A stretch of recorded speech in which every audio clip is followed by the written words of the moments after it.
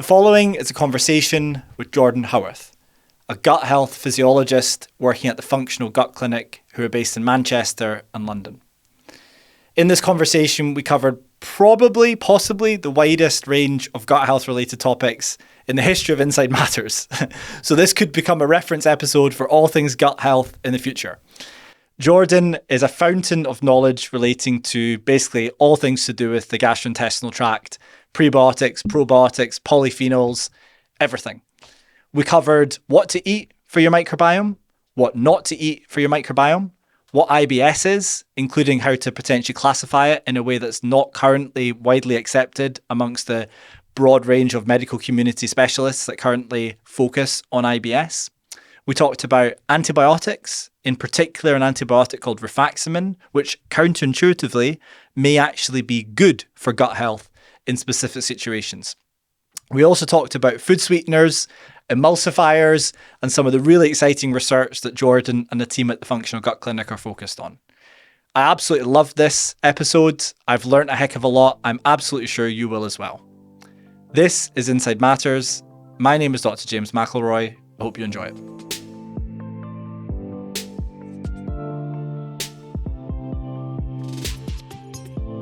What are you most excited about in that sort of full spectrum context, full spectrum in IBS?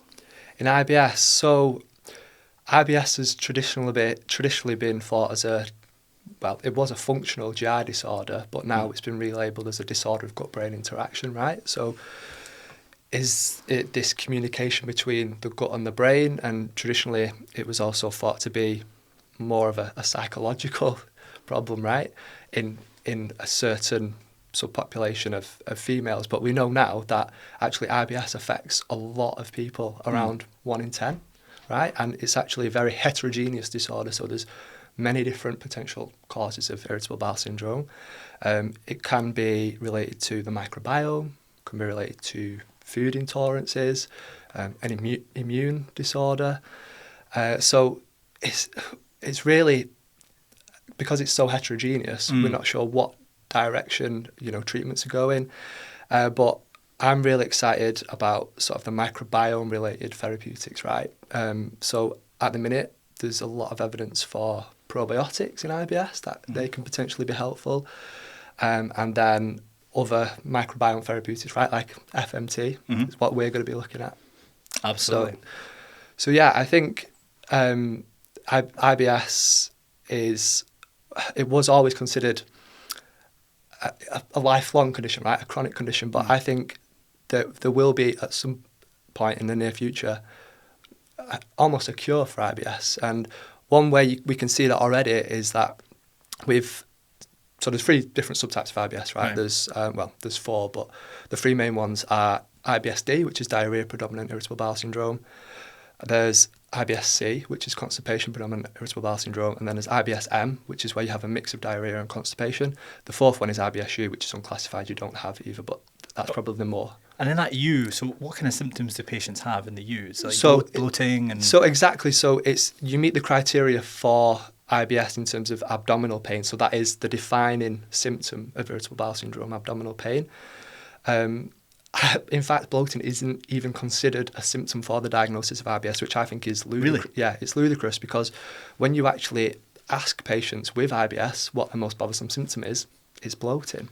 But IBS is diagnosed by a criteria called the Rome criteria, and bloating isn't a factor in that diagnostic criteria. So it's abdominal pain, and then it's based on your bowel habit, right? So IBS-U is you don't actually have any changes to the bowel habit, it's just the abdominal pain. Any idea why it's not part of the Rome criteria if it's so prevalent? It's a very good question. I'm hoping that in the next iteration it's introduced. So they are discussing Rome, so it's Rome 5 next. So I'm hoping that it will be introduced then. But what we know is that there's been a lot of, with IBS-D, there's a lot of actual organic causes of IBS-D. So there's a recent meta-analysis which actually looked at potential organic diagnoses in patients with irritable bowel syndrome. So with IBS-D, we have bile acid malabsorption, which seems to affect around up to 40% Wow. of patients with irritable bowel diarrhea predominant irritable bowel syndrome have some degree of bile acid malabsorption. There's pancreatic insufficiency, which is a little bit less common. It seems to affect around 5% of people with IBSD. There's lactose intolerance, which is an intolerance to the sugar found in dairy. And then there's this small intestinal bacterial overgrowth, or SIBO, which again seems to affect around 1 in 3 people with IBS. So SIBO... Is that IBSD or all IBS? All IBS. It's more so IBSD, but depending on the kind of gas that the bacteria produce in SIBO, so for those who are unfamiliar with SIBO, right? SIBO stands for small intestinal bacterial overgrowth. It's a condition where there are basically too many bacteria in the small intestine. So the small bowel should be relatively low in bacteria. In fact, the duodenum contains around 10 to the power of 3 bacterial cells per milliliter. So if you used to take a milliliter of juice from the duodenum and culture it onto a plate, you'd expect to see around 1,000 bacteria there, right? Right. When you compare this to the colon, Right. which has about 10 to the power of 11, so that's 100 billion bacterial cells per milliliter. It's a huge difference, right? So with SIBO, what happens is you get this overgrowth of bacteria in the small intestine, and the small intestine is responsible for absorption of nutrients. So if we have too many bacteria there, what they do is they begin to ferment and break down our food. Specifically, carbohydrates is their preferred fuel source. So they begin to ferment this food before we have the chance to digest it. And then in doing so, they produce gases, right? So the main symptom of SIBO is bloating. And this is why we think a lot of people with irritable bowel syndrome have bloating, because they have this overgrowth of bacteria in the small bowel. And depending on the type of gas that they produce, so we just alluded to this, so if they produce hydrogen sulfide gas, the bacteria, if you've got sulfate reducing bacteria, that's associated with diarrhea. Or if they're not actually bacteria, but archaea, these are slightly different microorganisms. They produce methane. Ancient. Yes, exactly. It's the clues in the name, right? They're actually the oldest microorganisms to exist. Yeah. So we actually think we evolved from them at some point. That's pretty mad, isn't it? Yeah, it's pretty. So like 4.5 billion years ago, we were one of these cells, right? And now they're living in our gut. We're talking about them now. Yeah. It's mad. It's cool. Yeah. So they produce methane, and methane is associated with constipation, so IBS-C. So we can diagnose this SIBO quite easily, right, with a hydrogen or methane breath test. So traditionally, the gold standard was thought to be actually taking a sample of bacteria from the small bowel, but there's a lot of issues with this. It's super invasive, right? Imagine how do you do that? Yeah, so during an endoscopy, an upper endoscopy, they will actually take a sample, pull it out, culture it. There's a few issues with that. The first is 1 in 5 of those samples are contaminated as you pull it back through the gut from Makes bacteria sense, right? in the stomach and the esophagus and the mouth. Because as we were speaking about before, there's a microbiome in the mouth. There's a microbiome in the esophagus. Yeah. Well, there's a microbiome everywhere, right? Right, yeah. So, but yeah, the contamination thing makes sense. Yeah, and obviously it's difficult to grow, to culture certain bacteria. So absolutely. Methanogens, the ones that produce methane, these archaea, are pretty impossible to grow because they're anaerobic. So that's another issue. So we have these hydrogen and methane breath tests, which work by basically you ingest a sugar probe, which is usually lactulose or glucose. When that sugar hits the small bowel, if there's an overgrowth of bacteria there, what they'll do is ferment that sugar. They'll produce these gases. These gases are absorbed from the gut. They're transferred from the blood to the lungs and excreted in breath, so we measure those gases. It's not a perfect test, but it predicts response to treatment. So a positive lactulose breath test predicts your response to antibiotic therapy for SIBO. Okay. And the preferred antibiotic is something called rifaximin, which is a non-adsorbable antibiotic. I know a lot of people are scared of taking antibiotics because it can be detrimental to the microbiome, not just in the gut, but as we just spoke about, on the skin and everywhere else. But rifaximin is really cool because it's a non-adsorbable antibiotic. So it's not absorbed into your bloodstream. It doesn't affect any microbiome on your skin or elsewhere. It actually works really well in the small bowel because it's activated by bile. So when the drug mixes with the bile, it becomes really potent. And for the listener, the bile is something produced in the liver and it comes into the upper part of the small intestine It helps you digest fats, right? Yeah. So it's activated by something which is produced in the upper GI tract, therefore it comes to life where you want it to come to life. Exactly, and by the time it's reached the colon, it's actually less effective, so it doesn't affect the colonic microbiome, which is where most of our gut microbiome resides. Very interesting. It's actually been shown to be a eubiotic, which is a kind of a phrase that most people might not be familiar with, but if we think of like a prebiotic that feeds the good bacteria, probiotics are the good bacteria. A eubiotic is something that kind of restores the balance of the bacteria. So rifaximin, really effective, really safe compared to other antibiotics. And so in people with SIBO, they take a 2-week course of this, and around 70% of them, they will eradicate that SIBO, and then their IBS has pretty much disappeared, right? So I went through 7 years of medical training to become a doctor. And I cast my mind back to the lectures we had on IBS and the discussions we had about IBS. It's a diagnosis of exclusion, they would say. And you've got these 3 different types. And basically you try dietary manipulation in a lot of patients, and we should get to that. And afterwards, if that's not working, you should just refer to a specialist. But what's fascinating, just listening to you, is has the medical community kind of maybe got this wrong a little bit? You know, because what the classical medical approach to IBS would be is it's a diagnosis of exclusion, which suggests that it's not really a real thing, right? And patients come in, the clinician goes, yeah, you've got IBS, okay, off you go. But they don't say why you've got IBS. Yeah. Whereas you're drilling into now why they've got IBS. It's that small intestine bacteria, not small bowel, the small intestine bacterial overgrowth. You've talked about the post-infectious. You've talked about the archaea producing the methane. You're sort of building this web, if you like, or this tree of, to bring it right back to what you said at the start, organic causes for different types of pathology. So do you think then that over the next few years we might even start to move away from IBS into defined subgroups as completely different things? I would like to think so. Right. But I don't think it will. Is that because the good and the great are? Yeah, I think it's quite political, so I won't get into that. But yeah, fair enough. You know, we've got these organic causes: SIBO, bile acid malabsorption. You can even treat that empirically with something like cholesevelam, and we see that a massive improvement. Almost again, the IBS is resolved.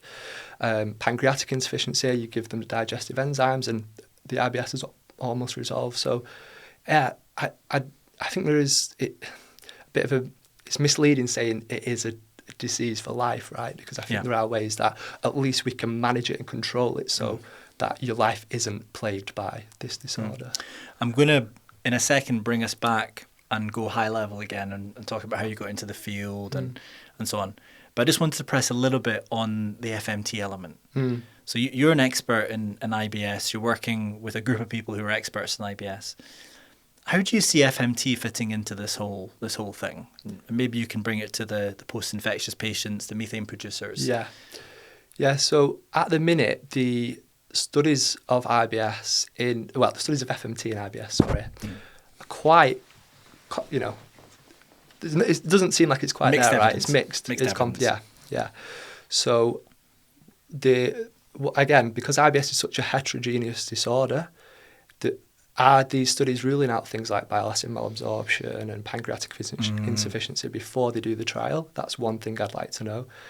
And then what we have seen at least from a couple of recent studies is that there is actually a subgroup of patients within these trials that benefit, and it seems to be the ones that do have some sort of dysbiosis or imbalance in the gut microbiota in the first place, right? So one study looked at FMT in a group with IBS-D, so diarrhea predominant irritable bowel syndrome, and found that actually overall it wasn't statistically significant FMT, but in a subgroup of patients who had an overgrowth of hydrogen sulfide producing bacteria, they actually saw a benefit in symptoms like bloating. So that begs the question, maybe if we can identify this subpopulation of people with IBS who have dysbiosis or some sort of imbalance in the microbiota, could they be the ones that are more likely to benefit from FMT, right? So I think that's the direction that it needs to go. And what's your thoughts on the design of the trial? Does it need to be placebo-controlled? Yeah, that's another good question. I think ideally, yeah, placebo-controlled trial. Especially with IBS, you get this naturally high placebo response rate.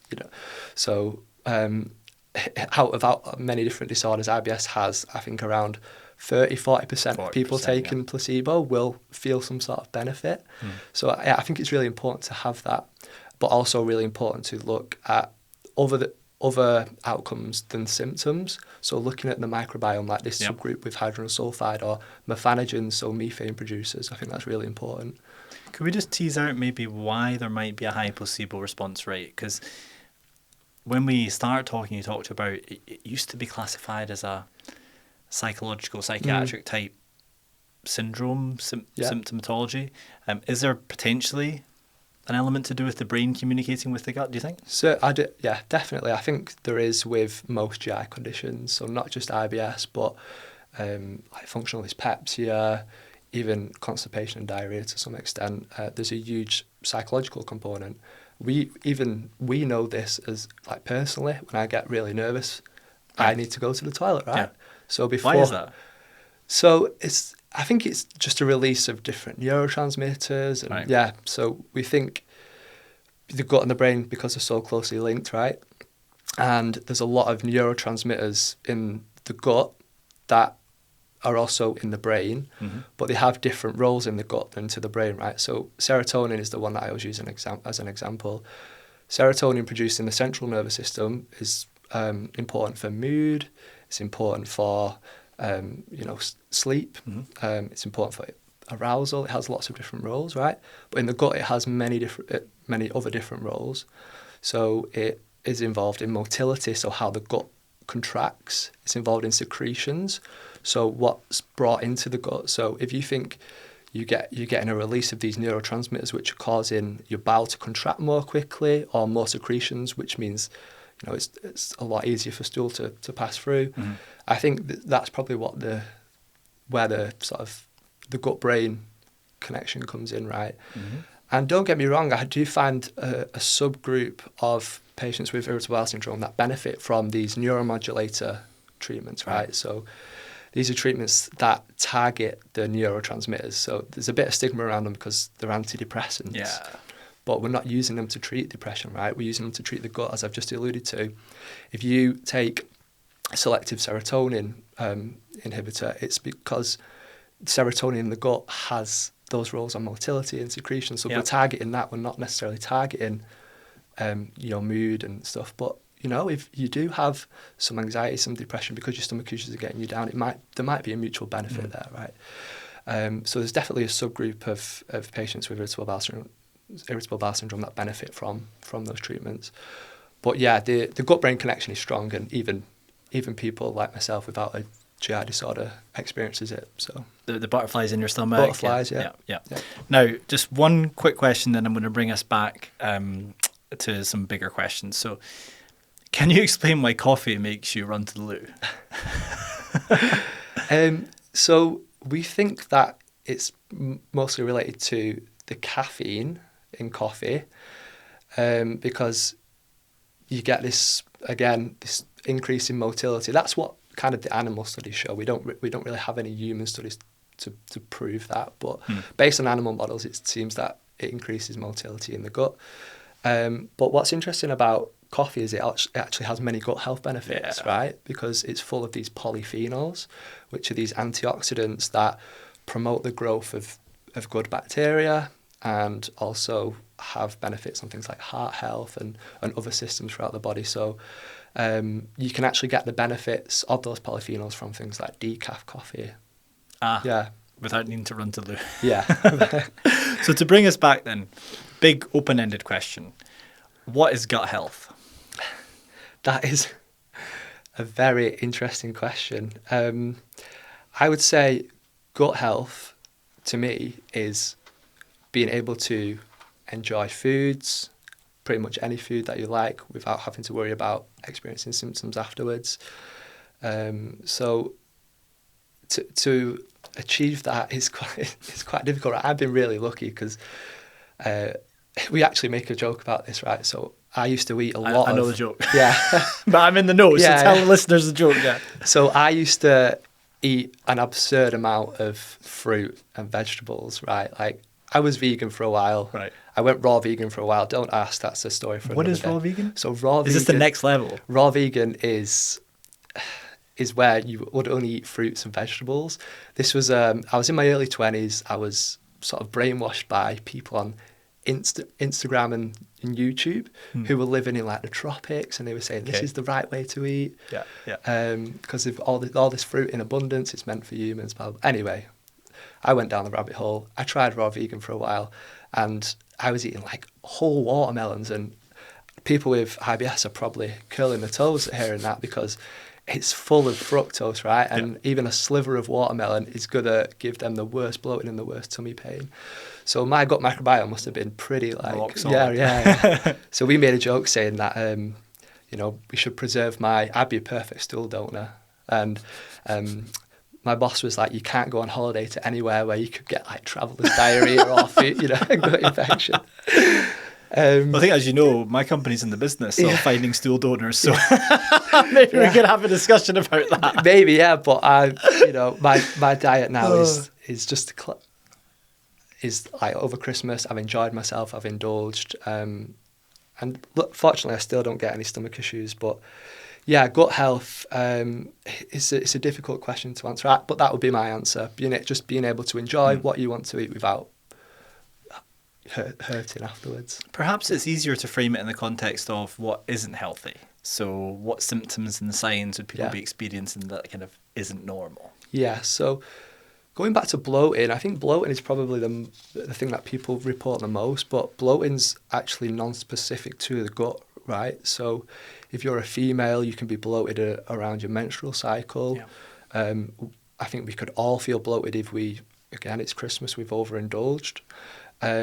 But bloating to be abnormal, I would say you're experiencing it several times per week or daily. It's uncomfortable. Usually your stomach is distended. So what a lot of people will say is, I'm bloated.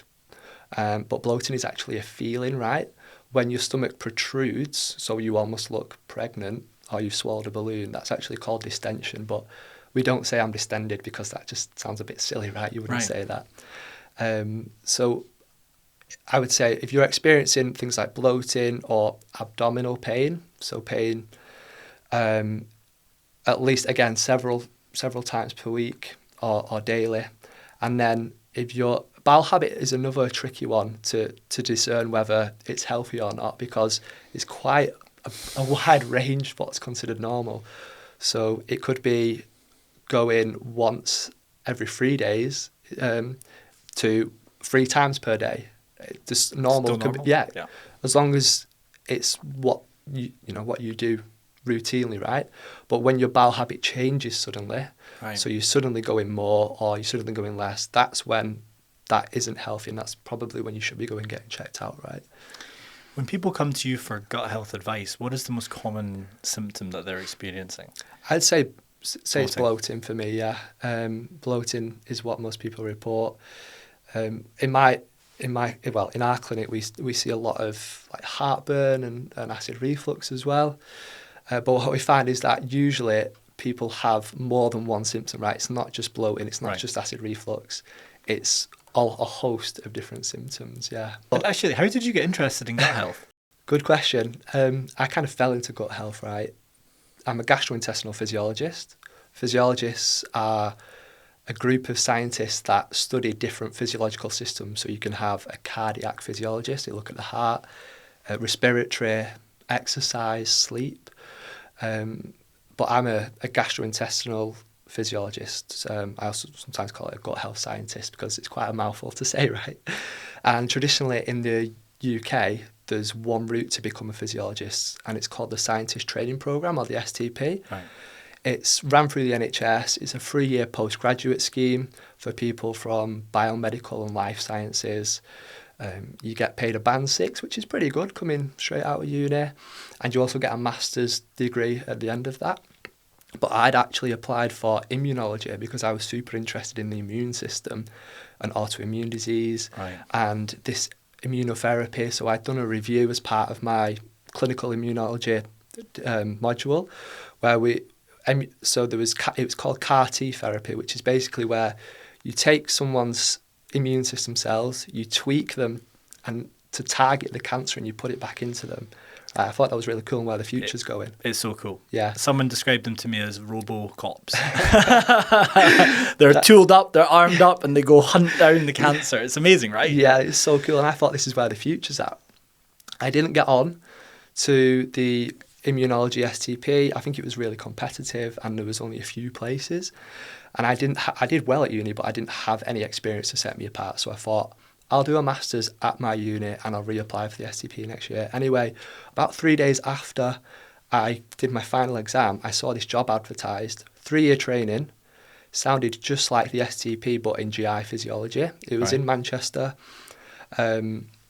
So I went, I met Professor Anthony Hobson, who is the clinical director of Functional Gut Clinic, and they were sponsoring 2 positions on this alternative route to the STP, which had just been introduced by the Association of GI Physiologists, AGIP, which are part of the BSG, so the British Society of Gastroenterology. So there was 2 positions. They were given to 2 of my colleagues, but Anthony opened up a 3rd position for me because he said I was so passionate about the research that I'd done and the research that I wanted to do. And I think that's kind of why I'm so passionate about translating gut health information now. I'm looking at the research. But I'm so glad because gut health is the most exciting area to be researching, right? Absolutely. Yeah. And going back to my interest in the immune system, we now know that something like 70% of the immune system and immune cells reside in the gut. And it's linked, so the gut microbiome in particular is linked to autoimmune disease. And then going back to immunotherapy, what they're basically doing is people who aren't responding to this immunotherapy, they're taking the microbiome from the patients that do, giving it to those who didn't respond, and it's actually improving their response to successive treatments. So I think that's just so cool. And some of the response improvement is like insane. So for the listener, when they're doing these studies, they can classify response through a number of sort of objective classification tools. So some people don't respond at all. Some people have a partial response. Some people have a complete response. And what they've shown is that in a percentage of patients who have no response at all, they can flip them into a complete responder. Wow. That's mad, isn't it? That is crazy. Just by changing the microbiome. So maybe, one of the things we don't understand about immunotherapy is why does it only work in 40% of the patients? And in those 40%, why is there a spread? Right? Because they've got the same tumour. So some of the thinking at the moment is perhaps it's the gut microbiome, which has an impact perhaps on the tumour microbiome, which is another discussion, that's driving response in these patients.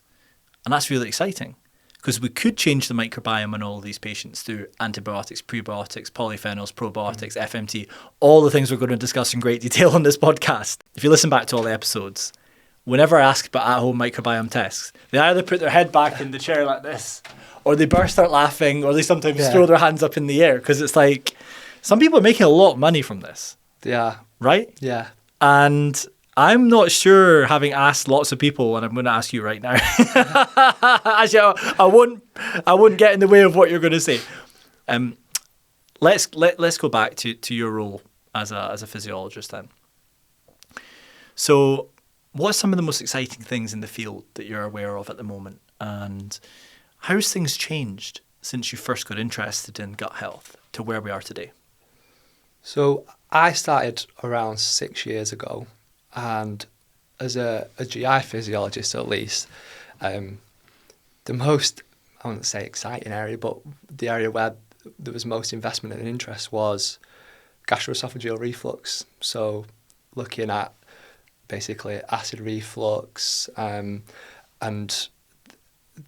that was that. But around 6 years ago was about when the microbiome stuff was taking off, right?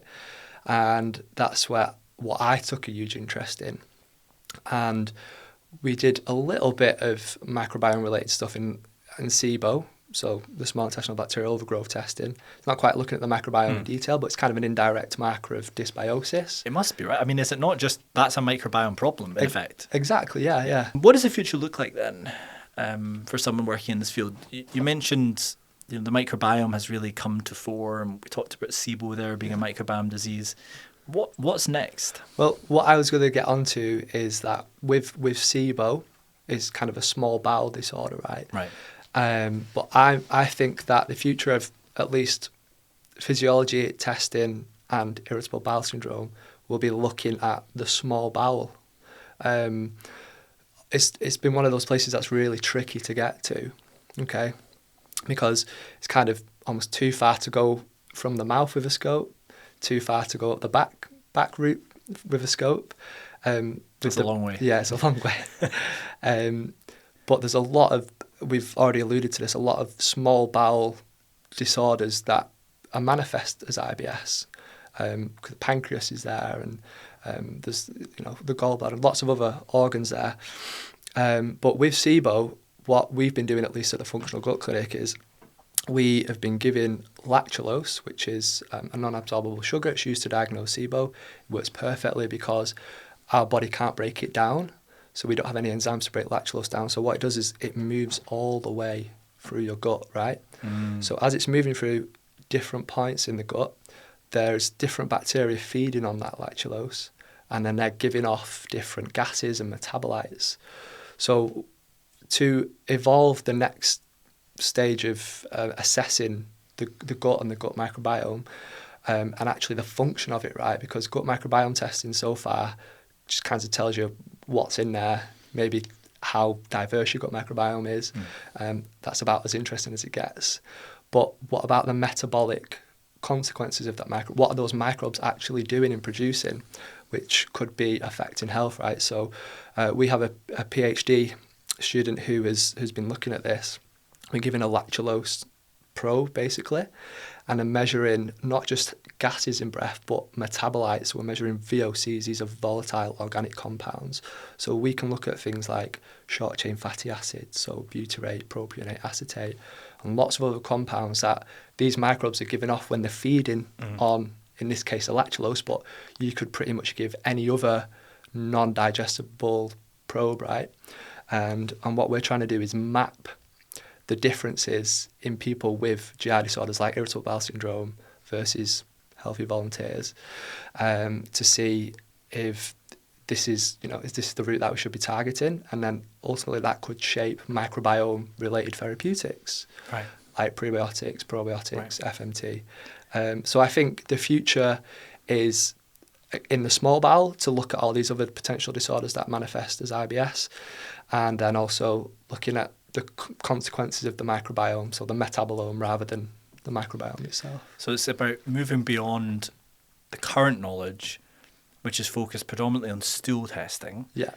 And for the listener who might be thinking, well, why have we not just gone straight to the small bowel? Well, as you alluded to, I need to stop calling it the small bowel. It's not the small bowel, it's the small intestine. Yeah. You've got to put a tube up and then down, and that's Yeah. quite a long way to go. And you talked about the contamination earlier as well.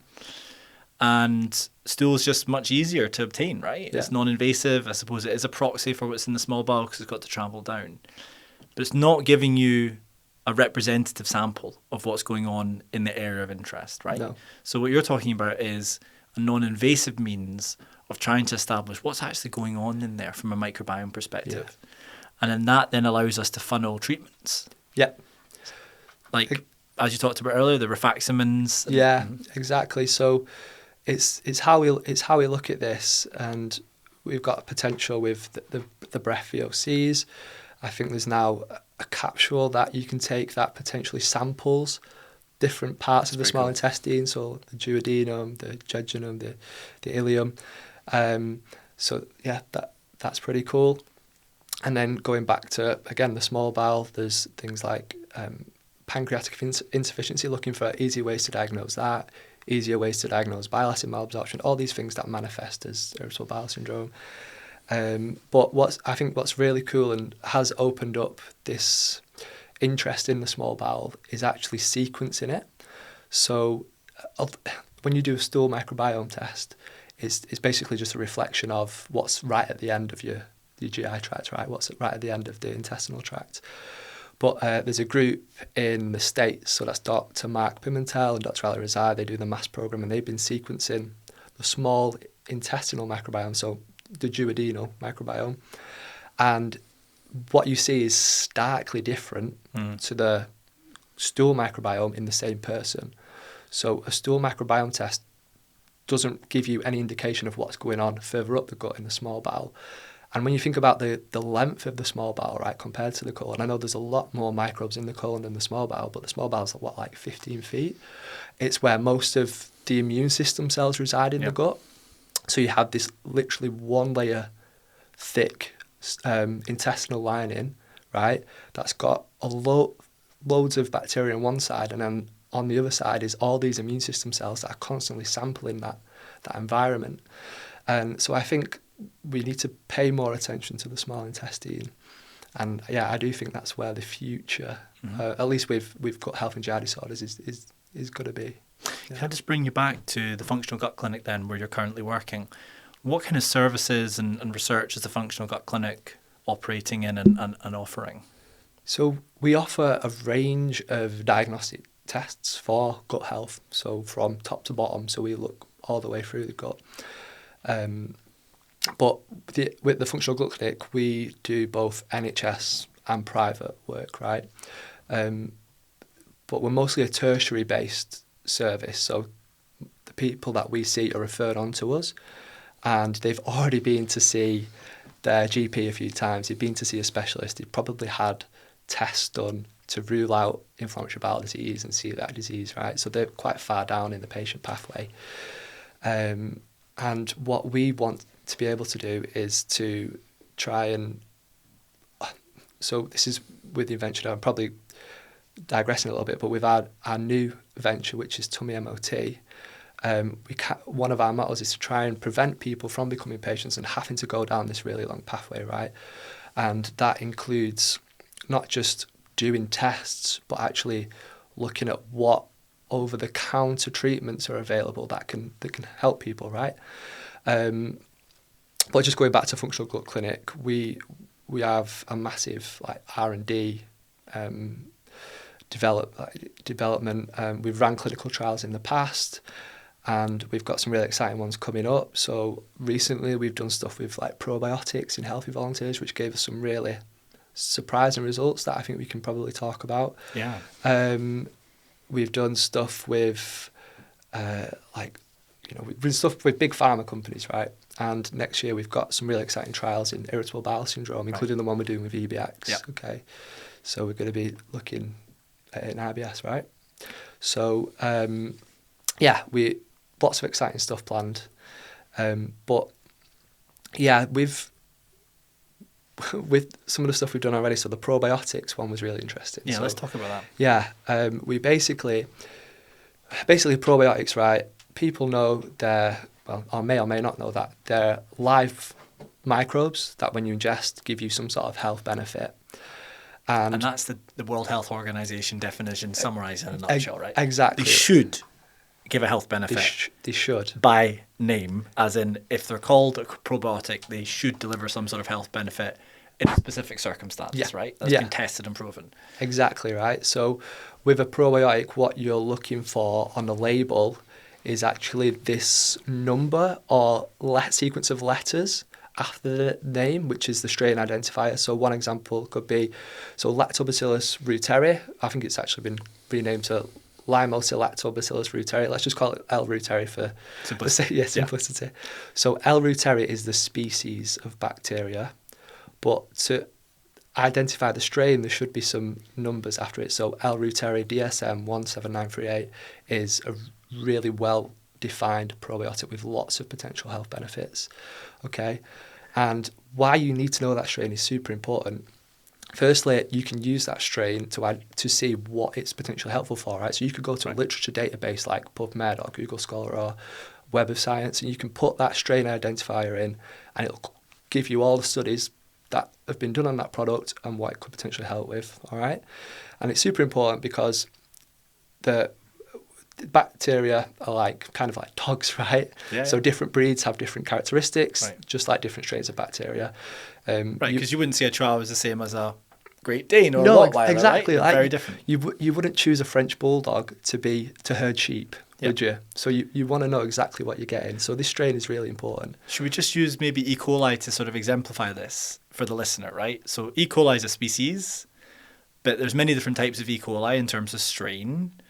And on the one hand, you could have E. coli Nissel, for example, which is a common probiotic in Germany, predominantly.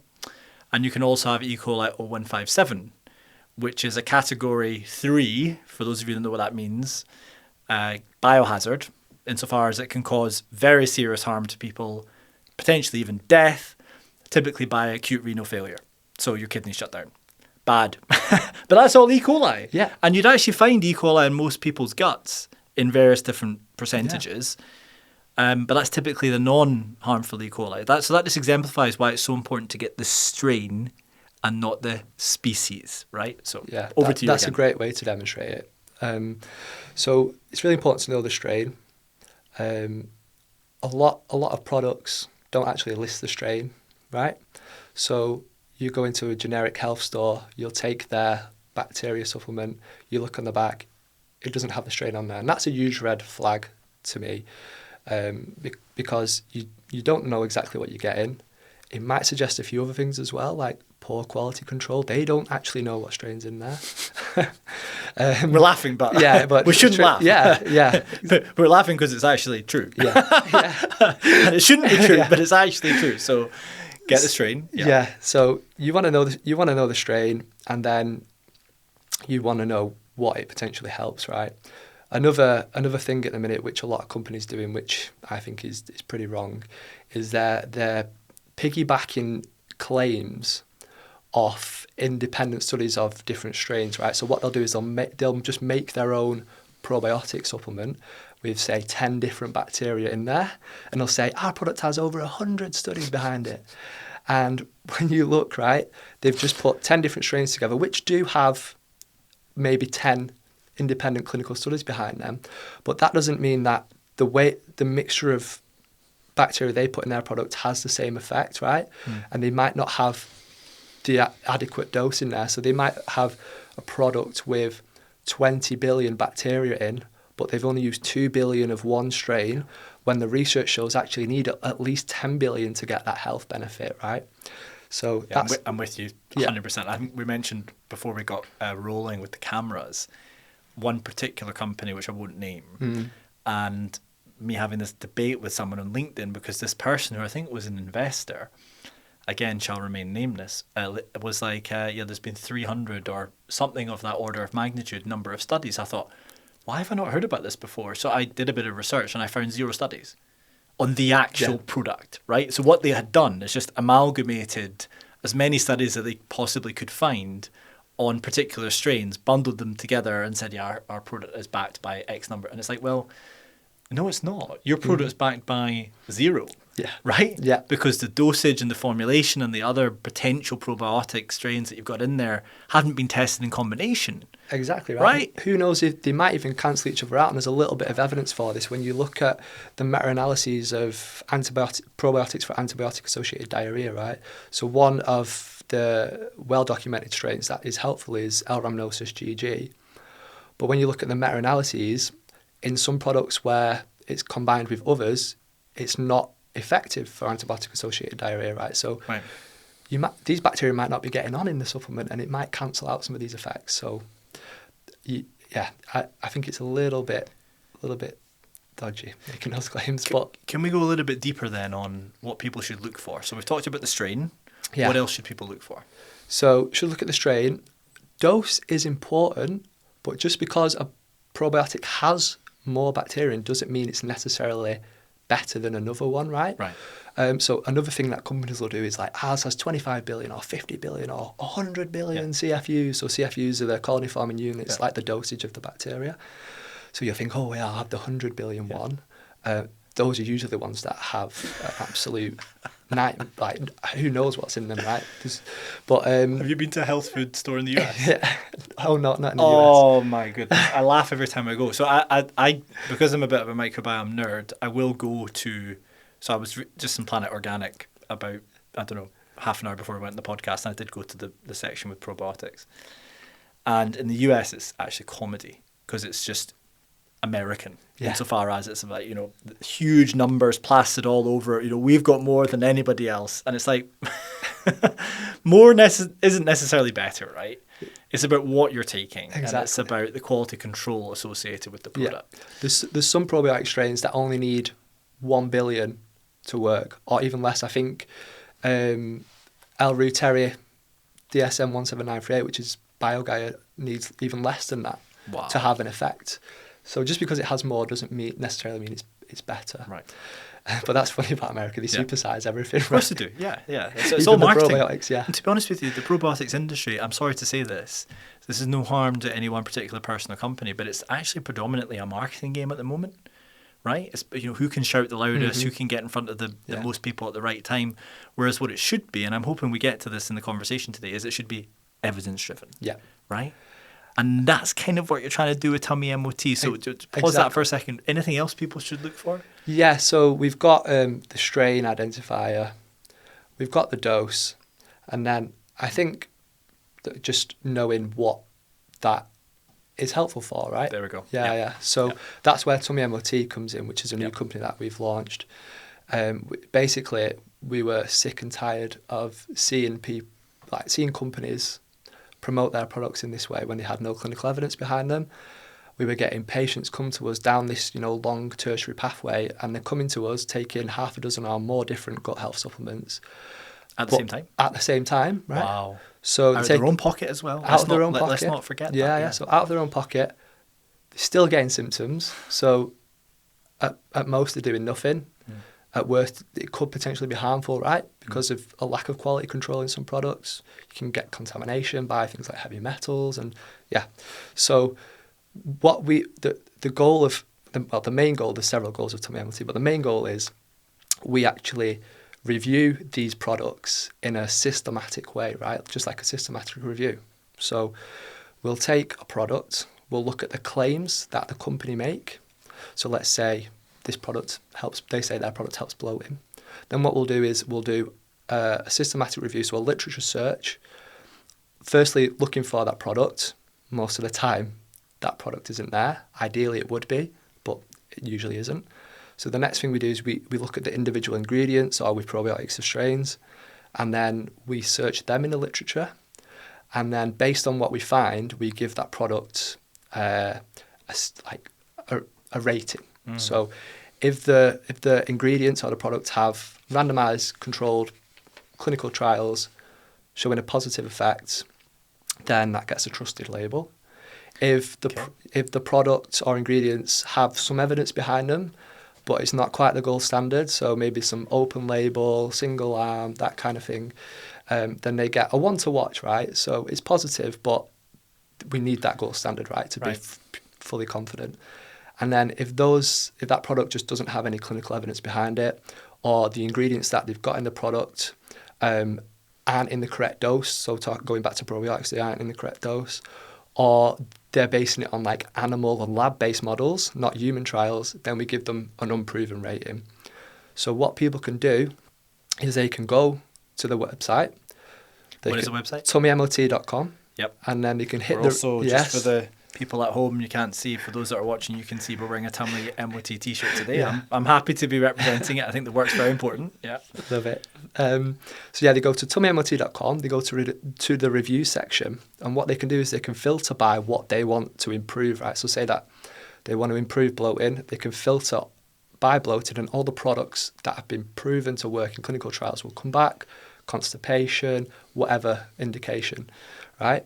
And the other incentive is that people can actually recommend the products that they're taking or interested in to us, and one of our team members will do a review on that product and then hopefully put it onto the website. Which adds to the database, right? Yes, exactly. So at the minute we've got this huge database of products and ingredients and strains. So it's actually getting a lot more easier to review them the more that we do, right? So we welcome people to recommend products. But yeah, going back to probiotics, it's really interesting because what people think is to take a probiotic because it's going to improve their gut microbiome diversity. These bacteria are going to make their way into the gut, they're going to live there.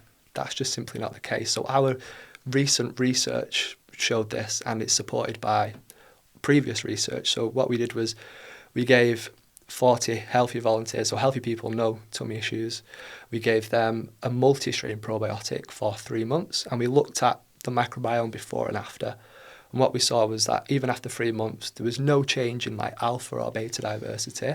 Okay, so no change to the diversity of the microbiome, which was pretty, you'd have thought it would be. Well, something would happen, right? Yeah. But even previous research shows that in healthy volunteers, probiotic supplementation at least doesn't change the diversity of the microbiome. But what was pretty novel and interesting about our study was that we saw that some of the functional pathways of the microbiome were upregulated or downregulated. Right? Post-administration. Post-consuming them, yeah. Exactly. We couldn't say whether these changes were good or bad because there wasn't a lot of other data in the literature on that. But it's quite interesting, and it kind of alludes to how probiotics probably work, in that you take them, they move through your gut, they interact with your resident microbes in your immune system, and then they pass out, right? They don't stay in your gut, they don't make it their home. And it's quite good actually, because you wouldn't necessarily want them to stay. If you imagine your family or friends coming over for dinner, you enjoy it, but at some point you do want them to move on, right? And I think that's a little bit like how probiotics work, and it's probably why if you're taking a probiotic and it helps your indication, it helps your bloating, it helps your constipation, you probably need to keep taking that. Right? Long term, yeah. Because it's not sticking around. Yeah. It's kind of interesting because a lot of the companies working in the space, and I guess now we're moving into the field that I'm working in, they're obsessed with something called engraftment. And there's kind of controversy around the term, right? I'll try and break it down into the simplest terms possible. So primary engraftment would be a strain that's present in the product, that's not present in the patient before they get the strain, and then appears post-intervention and then persists as per a defined period of time. We can discuss how long that typically is. That's primary engraftment.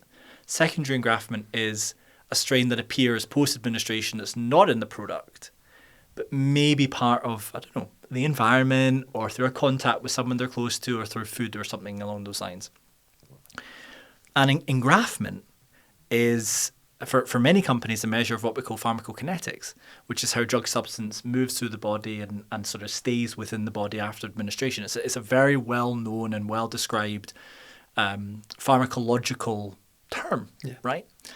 So I've always asked the question, why do you need engraftment? And then these companies will say, well, of course, you need the strains to stay there so they can produce their effect. But I've always kicked back and said, well, what if it's just the presence of them being there? Even if it's just transient, that has some sort of effect.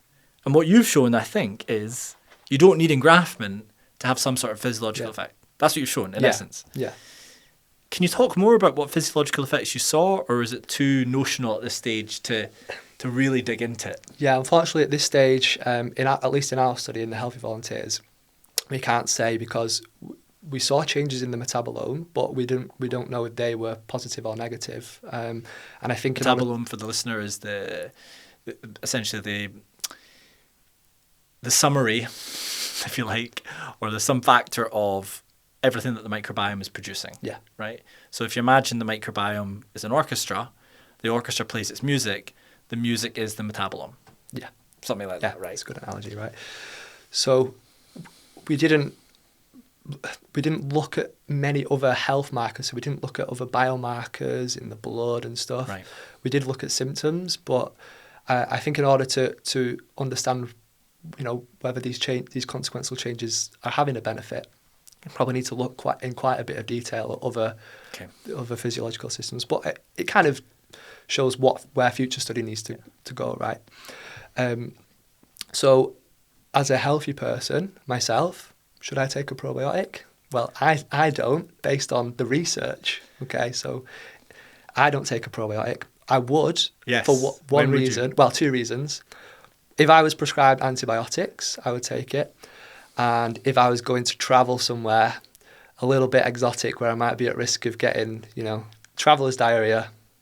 But I think the best evidence we have for probiotics at the minute is irritable bowel syndrome, that's IBS, constipation. I would say, again, antibiotic-associated diarrhea, so reducing the risk of getting diarrhea from antibiotics, and also improving the eradicacy of H. pylori. So for H. pylori, you have a pretty harsh antibiotic regimen, but there's some evidence to show that certain probiotics can improve that eradication rate, so you're more likely to get rid of it. And then I think 2 other indications, which is where probiotics should be used alongside standard medications. One's ulcerative colitis, and the second is actually depression. I think there's quite a lot of positive evidence. Not anxiety, but clinical depression.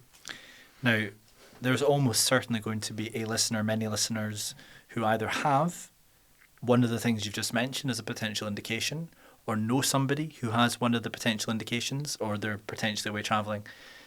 Which then I think leads me on to the question of, where do they start? It's a good Is question. this when we say tummy MOT? This is where I'm going to go back to tummy MOT. That's good. Yeah, that's good. Yeah. That is good. That we now have a resource available. It's a free resource, and I must reiterate that all the products we have on there cannot pay to be on the... It's purely based on scientific evidence, so we remain as impartial and unbiased as possible, purely based on the evidence. So if they go to the website, tummymot.com, go to review section, you can search by... So we've got like ulcerative colitis, all the probiotics and other supplements that have been shown to help with ulcerative colitis, or they can look at travel. If they're going on holiday and they want to know which probiotic they need to take to prevent themselves, to help reduce the risk of getting traveller's diarrhea. So this is to prevent the deli belly or whatever it's called. Yeah, exactly. So you take it before you go away to build up. And whilst you're away, yeah. Interesting. Yeah. But there are other. It's not just probiotics on the website. There's prebiotics. There's just other over-the-counter supplements as well. So it's a... Again, I want to say that we're trying to prevent people from becoming patients. So if you're already a patient, you can go to the website. Yeah.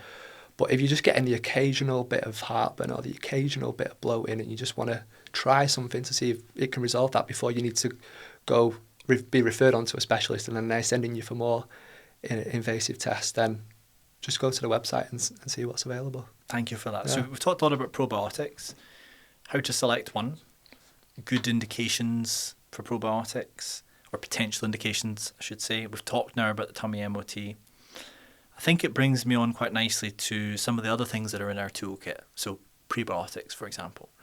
So should we just start off with what a prebiotic is, and what is your experience of probiotics and how they sit within the kind of potential therapeutic toolkit, or something that someone could take themselves? Sure. So prebiotics are usually foods, or they can be supplements that, when taken, they support the growth of good bacteria in the gut, and then that gives you some sort of health benefit, right? So again, it's that focus on, you have to have a health benefit from taking the prebiotic. There are foods that naturally contain prebiotics. They're usually vegetables to some extent, but their supplements are also quite interesting, because what they do is they take the prebiotics from the vegetables and they make it more accessible and more obtainable, right? So there's lots of different prebiotics. Again, we have some on the website. I think they're slightly different to probiotics. This is something, as a healthy person, I would probably take every day, and I do take a prebiotic every day. So there's different ones that target different bacteria. So you can take a prebiotic that targets bacteria that produce butyrate, for example. So butyrate is a short-chain fatty acid that's super important for gut health and actually functioning of the gut. So you can take a prebiotic that supports those. You can take a prebiotic that supports things like bifidobacteria, which are, again, important for immune health. So yeah, I think prebiotics are definitely more appropriate for healthy people, and it's something you want to take every day just to maintain the good bacteria in the microbiome, whereas I think probiotics are probably a little bit better for certain indications. If someone wants to start taking a probiotic to improve their health, and I know you're probably going to say go to Tummy MOT, which is cool, what are some of the general guiding principles? You talked about vegetables. Is there like a certain group of probiotics? Prebiotics. I've heard of inulin, for example. There's the celluloses. Yeah. Which type of fibre? So there's one thing that we should say about prebiotics is that you can get fermentable and non-fermentable prebiotics. And for people with digestive issues like irritable bowel syndrome, IBS, prebiotics can actually be a little bit tricky and provocative to their symptoms, because what happens is if they do have an imbalance in the microbiome, they do have SIBO, then they take a probiotic, it gets fermented, it produces a lot of gas, you get the bloating, you get the tummy pain, right? So there's fermentable and there's non-fermentable prebiotics. My favourite prebiotics tend to be the or less fermentable ones, right? These are things like partially hydrolyzed guar gum. So the actual fibre, the prebiotic, has been partially metabolized by bacteria already. So it's less likely to cause symptoms when you take it. It has a multitude of potential benefits for both constipation and also diarrhea. And it's also a kind of soluble fibre. So again, some of the best prebiotics tend to fall under the more soluble fibre arm, right? Because you've got so we've talked about partially hydrolyzed guar gum. In foods, another one of my favourites is beta-glucan, which is found in oats, and actually mushrooms are a really good source of it as well. Inulin is a fermentable. So just one question. How do people know if the partially hydrolyzed guar gum is in their food or not? Is that so this is the thing, it's not something that's found in food, right? So guar gum is a naturally occurring substance, not necessarily found in foods. It's added to a lot of foods. It's actually a commonly used emulsifier that some people might be scared of. Oh, this is a controversial Yeah, subject, this is controversial, and we can get into emulsifiers as well. But there's a lot of different emulsifiers, just like artificial sweeteners and sweeteners. Like some of them are probably okay and some of them less so. So guar gum is actually been shown to be beneficial in studies, right? It increases levels of butyrate producing bacteria. So these are the bacteria that produce butyrate are normally the fermenters. They like to feed on stuff, right? Like feed on fibre. Partially hydrolyzed guar gum is you take the guar gum and you hydrolyze it, usually from a bacterial source, right? And it still promotes the growth of butyrate-producing bacteria, but it's less harsh on the gut, should we say. So actually people with sensitive stomachs can usually take this, whereas they struggle a bit more with the guar gum. But that's a unique prebiotic, right? There's prebiotics in foods like beta-glucan we've just touched on, inulin. But inulin is another super fermentable prebiotic, which is found in garlic, onions, and it's what sets a lot of people's IBS off. It's actually a FODMAP. So FODMAPs are fermentable carbohydrates, basically. And if you've got irritable bowel syndrome, you probably have tried the low FODMAP diet at some point, which is where you remove these foods, so usually plant foods, right? So fruits, vegetables, grains, nuts, seeds, that are high in these fermentable compounds. But those fermentable compounds are usually prebiotics. So when you go on the low FODMAP diet, right? You lose a lot of your beneficial microbes. Yeah. So you're reducing diversity. You're reducing diversity, almost, exactly. Right? Yeah, exactly. But what happens with the low FODMAP diet is it's not a lifelong diet, right? It's actually an elimination diet, and then you reintroduce certain FODMAPs because you might just be intolerant to the inulin, right? But you're okay with other stuff. But what a lot of people do is they end up on the low FODMAP diet for life in the restrictive phase, when really after 3 months they should know which FODMAPs they can't deal with. And I will say, if you've tried the low FODMAP diet and you're struggling with different FODMAPs like fructose, like inulin, like lactose, you're struggling with more than one, then that might be when it's something like small intestinal bacterial overgrowth that's manifesting as.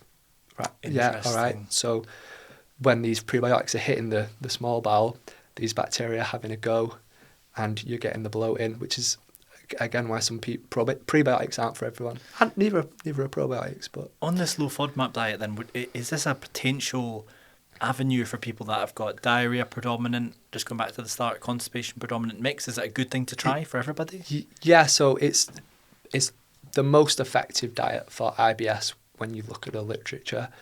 But yeah, it's restrictive in the first instance because you're removing a lot of food groups, and we know that affects diversity. Diversity is super important because the more diverse your microbiome is, there's more it's associated with more health outcomes, and there's animal studies to show that having more diverse microbes, you're less likely to develop different diseases and intestinal infections and so on and so forth. So it's really important, but actually the studies show that when you finish the low FODMAP diet, your diversity is pretty much back to baseline, but people just need to remember not to stay in the restrictive phase, and that's why I usually recommend doing it with a dietitian. Yep. Unfortunately, a lot of people get their advice online or just from the doctor. They give them a leaflet, don't eat these foods, all right, but then there's no sign of reintroduction. But when you start to reintroduce some of them fruits, those vegetables and other plants that have the fibres in, which support the gut microflora, then yeah. So what is a kind of gold standard low FODMAP diet then? So there's like an initial phase where it's really restrictive. Yeah.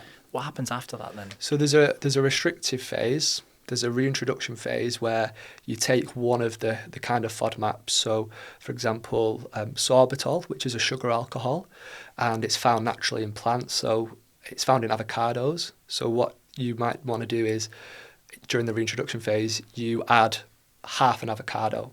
And then if you get your symptoms after that, sorbitol probably isn't your thing, right? Or if you're okay with that, the next time you might add another quarter of an avocado to find your threshold of the sorbitol. Right? Got it. Because everyone's gut has a certain threshold of what they can ferment. And the final stage is the personalisation. So you know which ones work for you, which ones don't, at what levels. So you have a personalised diet which incorporates these, and that's why you usually need a dietitian to support you, because it's pretty complicated to do that all by yourself. And how long would that typically take then for somebody? 3 to 6 months, no longer than 6 months definitely, but somewhere around. And by that time you should know what your triggers are, and it's less restrictive than it is just cutting out all FODMAPs. Yeah. And then perhaps you get the benefit of some of these fibre-containing foods, polyphenol-containing foods, good fat-containing foods, exactly, which you have to restrict yourself from with the FODMAP. Yeah. And we probably should say, you just alluded to them, things like polyphenols. So prebiotics aren't just fermentable carbohydrates, fermentable fibres, right? Polyphenols are another exciting potential area of prebiotics. So these are like the antioxidants, basically, that give different plants their colour. So the blue in blueberries, the red in purple in a purple cabbage, that kind of thing. Yeah. So these polyphenols are unbelievable. Yeah. And you can actually, so if you're going on a low FODMAP diet, for example, you can try and focus on some of these polyphenol-rich foods that might not be as fermentable. I like that. Like your extra virgin olive oil, like your berries. So berries are typically low FODMAP. And low fructose. Yeah, well, maybe that's why they're low FODMAP. Except blackberries, but the rest of them. Yeah, the rest of them are. Blueberries and raspberries are awesome. In fact, if you could just pick one food for the microbiome. One food? That's a good question. But seriously, what would you pick? It would actually be yogurt. Right? Oh, okay. We can have a debate about this. Tell me why. Tell me why. Have you? So there's lots of reasons. I think the superfood title is thrown around a lot, and I'm not a fan of it. Yeah. Okay. But I think if I had to pick one, it would be yogurt, and that's because we have a lot of good evidence. Meta-analyses showing that. What kind of yogurt? Oh, so just dairy. Just standard fermented dairy. Fermented dairy. Fermented dairy. Yeah, I should specify. Not plant-based yogurt. Okay. Just because we don't have the evidence, right? So fermented dairy, yogurt, and also kefir I'd probably put into the bracket as well. Gotcha. So fermented dairy, a lot of evidence, meta-analyses to show that it is associated with a reduced risk of colorectal cancer. It's associated with a reduced risk of cardiovascular disease, a reduced risk of diabetes. And what I always say is, have you heard of the food matrix? Of course. Yeah. A bit for the listener. Yeah, so normally when we talk about a food, we say, it's nutritious because it's high in some sort of nutrient, right? So you might say oranges are great because they're high in vitamin C, or spinach is good because it's high in iron. Yeah. But in reality, no single nutrient defines your diet, right? So the food matrix looks at like all the nutrients and non-nutrients in a food. And yogurt has a really unique food matrix because it's a great source of protein. Yep. It's got whey protein and casein. It's got all 9 essential amino acids in there. It's a great source of fat. So we've got bioactive fatty acids in there, like conjugated linoleic acid associated with health outcomes. It's got lots of vitamins and minerals, right? Vitamin B12, vitamin D, calcium, selenium. You're making a good case. Yeah. Yeah, you're making a good And then case. the fourth unique element is it contains live bacteria, right? It contains these live lactic acid bacteria, which in themselves are associated with numerous health outcomes. 100%. Yeah. Yep. And when you look at other foods, not many of them compare in terms of the food matrix to fermented dairy. You've made a very, very good case. Yeah. And I'm sure, am I going to be able to top this? Well, the good news is the one that I'm picking goes very well with yogurt. I would pick the blueberry. I am blueberry mad. And I'll give you a couple of reasons why, okay? So from a kind of convenience perspective, if you put them in an airtight container, you can kind of take them anywhere, right? And they don't spoil, they're not messy. You just dip your hand in, boom, and you've got a handful of goodness. So that's just a really practical kind of point. And if you go on hiking or so on, you can take your blueberries with you. 2, high fiber content. 3, very low fructose content. 4, very high polyphenol content, right? And I think that kind of quadfecta, whatever it's called, of things makes it really, really awesome. It's also really micronutrient rich. So very high in magnesium, for example. Well, I think combining blueberries and yogurt sounds like we've got the ultimate. Yeah, no, it is. Food, right? For sure. What is lacking is the macronutrient. So you like the protein and Exactly. the fats. That's what it's missing. It's missing the macronutrients. But when people say, how do I improve my microbiome? Like, give me some easy steps. They probably think I'm going to say, well, you need to take a specific probiotic, and you take the probiotic 3 times a day. Yeah. No, just eat more blueberries. That's a good start. And you could maybe eat some more raspberries, and then you can maybe eat some more artichoke. Then you can maybe eat some more spinach. And in fact, before you know it, you're eating 10 or 15 different colourful things by the end of the week. You're smashing your macronutrient content. You're not really high in refined sugars because they've got complex carbohydrates. And suddenly you start to feel a little bit better. Suddenly you're not running to the loo like you were. You've got energy throughout the day. Maybe your body composition starts to change. And I think there's 2 elements to that. One is the direct effects of those macronutrients on your body. But the other element is, how is it changing your microbiome? And one of the things I find fascinating is people talk about all this healthy food advice. And you could probably pull 100 people off the street in Shoreditch, near where we are now, and say, so how do you sort of be healthy? And they'd say, stop drinking, stop smoking, exercise a little bit, maybe eat some more fruits and vegetables. And then you could ask a microbiome expert, how do you improve your microbiome? They'd say exactly the same thing, right? Yeah. So maybe our historic health advice, which makes us healthier, is actually microbiome and gut health advice, right? Yeah. So, anyways, I went on a bit of a sort of rant there. This is kind of your podcast, not my podcast. You're the expert, so we'll bring it back to you. So we've talked about probiotics, prebiotics, polyphenols. Is there any sort of general advice we can give to people about how to mix and match? So you mentioned that prebiotics probably for everybody, right? Yeah, for most people. Just be careful if you have a sensitive stomach. It's not a fermentable. If you're going to supplement it, right, it's not a fermentable one. And to get that info, they could go to Tummy MOT. MOT. They could probably ask ChatGPT Probably. about because I've started to do that as well now. Just as an aside, like one thing that people could do if they were feeling, maybe lazy is the wrong word, but they could actually ask ChatGPT to analyse what's on Tummy MOT. Have you asked it to do this? No, I've not. I have. Not specifically Tummy MOT, Yeah. but I can give you, if you listen to some of my solo podcasts, I talk a little bit about sort of how to get maximum bang for buck in terms of time expended on a particular task, and how to build a supplement stack if you're not an expert through ChatGPT. So what you need to do is give ChatGPT the right sources, because what I've found is it's quite good at summarizing data that you give it, but it can be a little bit off if you ask it really big questions and don't give it the right sort of feedstock in info.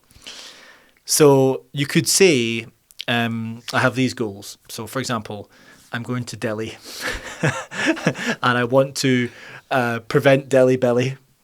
I want some general advice about how to build a resilient microbiome, and I want to gain 10 kg of muscle over the next year, which is quite a lot. Could you summarize the best evidence from your Instagram account, which, by the way, for the listeners, Mr. Gut Health, examine.com, which is this awesome supplement website, which, by the way, I recommend you take a look at if you've not taken a look at it already. You will love it because you're a bit of a nerd, no harm in the positive sense, and you would love this. And Tummy MOT, and it would jump in and it will summarize based on all the sources and cite the sources. And before you know it, you've got 5 pages of well-referenced. It's mad. I'll show you after we stop recording. I'll show you after we stop recording because I think it's going to elevate your research to the next level because you're already so well read. It will allow you to really delve into areas that it would take you a long time to get into and try and pull out salient points. So I don't know how I got to this. So yeah, back to Tummy MOT for prebiotics, right? But what are sort of other general recommendations to people if wanting to build a prebiotic stack? And this relates to diet, which we should talk about as well. I think you've already spoke about the diversity of colours, diversity of plants. I think one thing that we really need to focus on as well is more fermented foods. Yeah. Right? So there's actually a study that was published which showed that fermented foods might actually be better than fibre for increasing diversity in the microbiome, right? So they took some healthy volunteers, people without stomach issues, and they randomised them to a diet that was high in either fibre or a diet that was high in fermented foods, right? So it's like 6 servings or more per day of fermented foods. I think it was like 25, 30 grams of fibre a day, right? And the group who ate more fermented foods saw an increase in gut microbiome diversity and a reduction in biomarkers of inflammation. Wow. But the fibre group didn't see any increase in diversity or a reduction in inflammatory markers. I mean, it was a relatively short study, right? But I think fermented foods, even though there's not a ton of evidence behind them, might be the next best thing for the gut because they seem to contain the prebiotics. Yep. I don't really like saying they contain probiotics because probiotics have to be strain specific. So I'm going to say they contain live bacteria that might be helpful. And they may contain these postbiotics, right, which is this new term. So if you imagine a sauerkraut, okay, you've got the cabbage. Which is a fermented food. Yeah. So sauerkraut is fermented cabbage. The cabbage is the prebiotics. The live bacteria, the lactic acid bacteria that ferment on it, they're not necessarily probiotics, but they're good for you. And then the postbiotics are when these bacteria are feeding on the cabbage during the fermentation process, they're producing metabolites that are important. And then also when you pasteurize the cabbage, right? So there's a lot of debate on whether you should be eating live fermented foods that are from the fridge or fermented foods off the shelf, right? So what's the answer to that? So I say both, right? Oh, interesting. Okay, so I'm going back to sauerkraut here. Yeah. Actually, it was a study with kimchi, but I think there's been one with sauerkraut as well. So kimchi is a fermented, it's like a Korean cabbage, right, with spices. They found that actually when they gave it to people with IBS, both the pasteurised and unpasteurised, so the living and the technically dead kimchi, both led to positive changes in the gut microbiome. So it might actually not be the live bacteria which are causing these changes, but even when they're killed, right, they become postbiotic. So those bacterial cells are dead. The metabolites might still be active, and they're probably having still some interaction with the immune system and the resident gut microbes. So so it's entirely plausible that even if a dead bacteria is in something you consume, that dead bacteria still has an immunostimulatory effect. Exactly right. Yeah. Exactly. Because it recognises some elements as foreign. Yeah, so your immune system may connect to something on that dead bacteria that's positive because it's used to it being a resident microbe, right? So I say both, right? So live, unpasteurised and pasteurised, but yeah, fermented foods. Try and get that. It's only one study in healthy volunteers. 6 servings a day sounds like a lot, but 6 a day? 6 servings a day, right? But it's actually achievable when you think you could have yogurt with a bit of kefir for your breakfast, okay? For lunch, you could have some fermented vegetables on your sandwich. So you could put some pickles on there, right? Right. You could have a drink of kombucha. So there's not a lot of evidence to show that kombucha has any benefits. But in that study, you can actually look at what each individual participant had for their fermented foods. And I think there was like one person who just had loads of kombucha. And did they have benefits? Well, collectively, there was benefits, right? Because other Interesting. people had kombucha in that study as well, not just him. But I just thought that was quite funny. That is really cool. So, yeah. Just a kombucha So, addict. Yeah. It must have just been like the easiest thing for him to get, right? Do you drink kombucha? I do. Yeah. I do. Even though there's not loads of Me evidence too. behind it, I just really Me enjoy too. the taste of it, and that's Yeah. what matters most, right? Yeah. find it We had one in the office for a while that tasted like a margarita. Wow. I'll send you. I don't mind saying it. It's a company in That's Glasgow called You and I. Right. I've been to a kombucha masterclass by the two founders. I can attest to how passionate they are about Yeah. kombucha, how passionate they are about the quality of ingredients, and everything that I've tried that they've made. I've no affiliation whatsoever to them, by the way. I just buy it and I drink it, particularly after the sauna. The lime salt one does taste a little bit like a margarita. Like, nice. Yeah. So yeah, it's yeah. Non-alcoholic margarita. Non-alcoholic alternative, Yeah. right? So we have a company based in Manchester that's local to us called Hip Hop, and like we've been doing stuff with theirs recently. We did some mocktails using kombucha, Yeah, right? yeah. And I really like them because they're local, right? I think you should support local. But 100%. they also add a probiotic strain into their kombucha. I mean, there's no studies to show Right. that it works in that kombucha, but I think that's quite cool. That's very cool. Yeah. Kombucha and pickled vegetables with your lunch. Yep. And then for dinner, you might have like an Asian-inspired dish, right? You might have some miso mackerel with soy sauce, or tempeh, which is fermented tofu, or just... There you go. Even Seven. even you can have a shot of juice from the pickles, right? Because during that study, that's what they're also doing, just Drinking from the jar. drinking from the jar, yeah. So some people might think that's socially not acceptable, but what we're saying to you is, it is. It is, You yeah. can drink from the Yeah. jar. It's cool. Yeah. So that was actually 7, I think, if I counted correctly. Maybe All not right. 6 or Well, 7. pretty easy But to do it. There you go. So you Yeah. managed to do it. But every day, I mean, Every day, yeah. the benefits are cumulative. They accumulate. And Well, I think, yeah, obviously you're having that regular introduction, which is what's important. As we know with probiotic studies, and obviously once you stop taking something, usually at least the microbiome just returns to baseline, right, pretty soon. So you want to have that regular introduction of things to maintain. So we've spoken a bit about, sorry to cut you off there, but we've all right. spoken a bit about things which are good for the microbiome. The prebiotics, the non-prebiotic fibre, although that's maybe just for general motility and Yeah. kind of moving things along. We've talked about polyphenols. We've talked about, in certain situations, FMT. And we've talked about antibiotics, actually, in the context of rifaximin. But what about things that are bad for the microbiome? What's bad for gut health? So I would say there's nothing that's inherently bad in that you have to totally avoid it, right? Palm oil? Palm oil? Palm oil. So seed oils is an interesting one, and we can get into it a little bit. So palm oil, seed oils, there's a lot of people on social media saying like these are the worst thing for you. And what I think is that there's just a massive consumption of ultra-processed foods that contain these seed oils, but other additives like emulsifiers that might be having negative consequences on the gut and overall health. But what I will say is that there's a couple of seed oils that actually might be beneficial. So rapeseed oil is one, all right? I'm talking about cold-pressed rapeseed oil. Okay. Has a lot of polyphenols, a lot of antioxidants.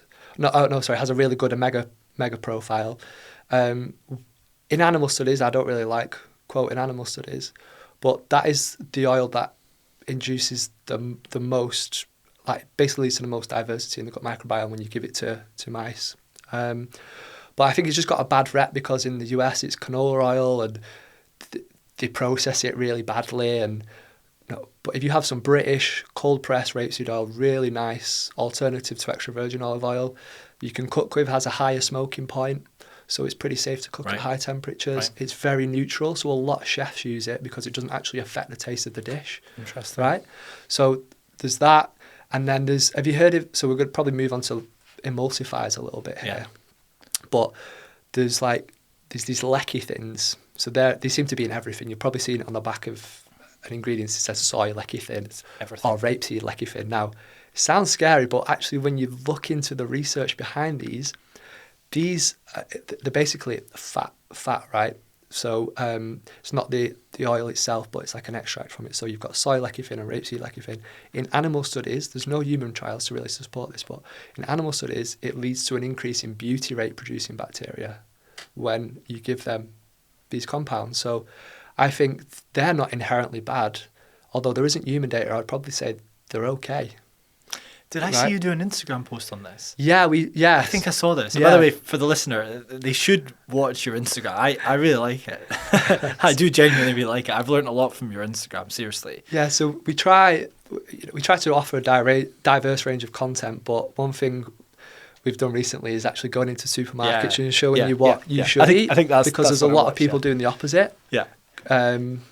So so they seem to be an okay emulsifier. The gums, like the guar gum, the acacia gum, they're naturally from plants, and they again seem to promote butyrate producing bacteria. And there's more human studies on them that show actually they might reduce cholesterol as well. Interesting. So they're probably an okay emulsifier. Yeah.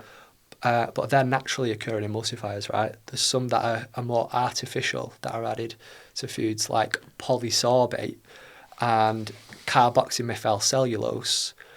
And these are the ones that, at least in animal studies, are associated with a pro-inflammatory, basically changes into the gut microbiome that promote inflammation.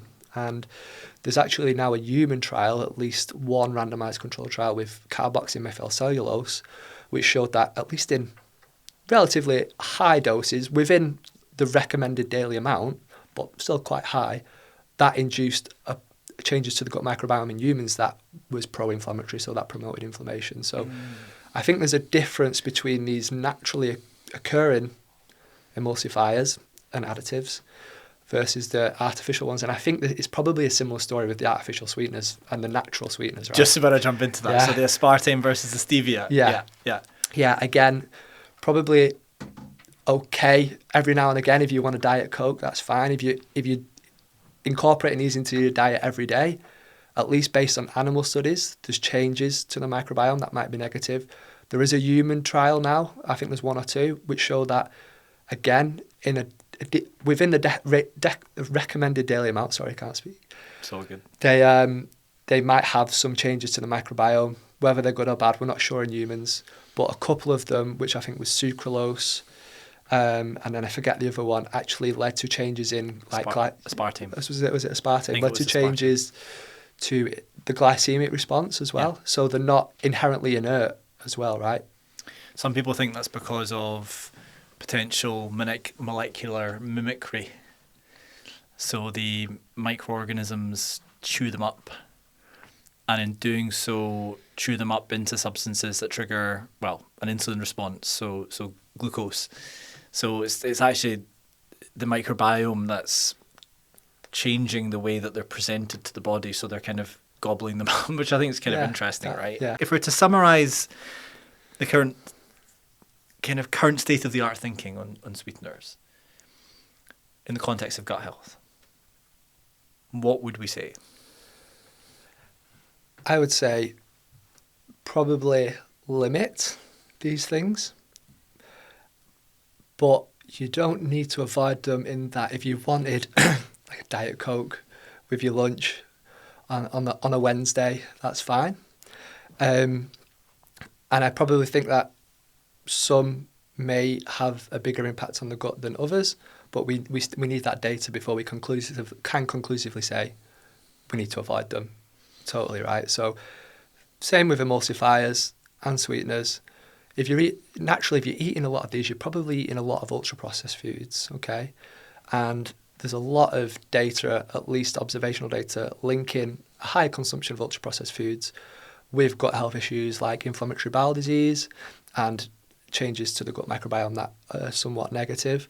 So just have a think. If you're seeing a lot of these ingredients, these sweeteners, these emulsifiers on your foods that you're consuming daily, you might just want to reduce the level of ultra-processed foods that you're eating and replace it with some of those foods we spoke about, like the ones that are high in prebiotics, polyphenols, fermented foods.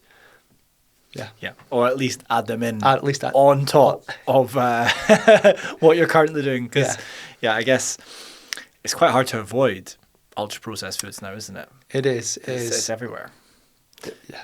So let's move on then to common myths and misconceptions. And I think you perhaps have a unique view on this because you're working with patients on a daily basis, but you've also built an educational platform for yourself, the Mr. Gut Health, on TikTok and Instagram. Is it Mr. Gut Health on TikTok as well?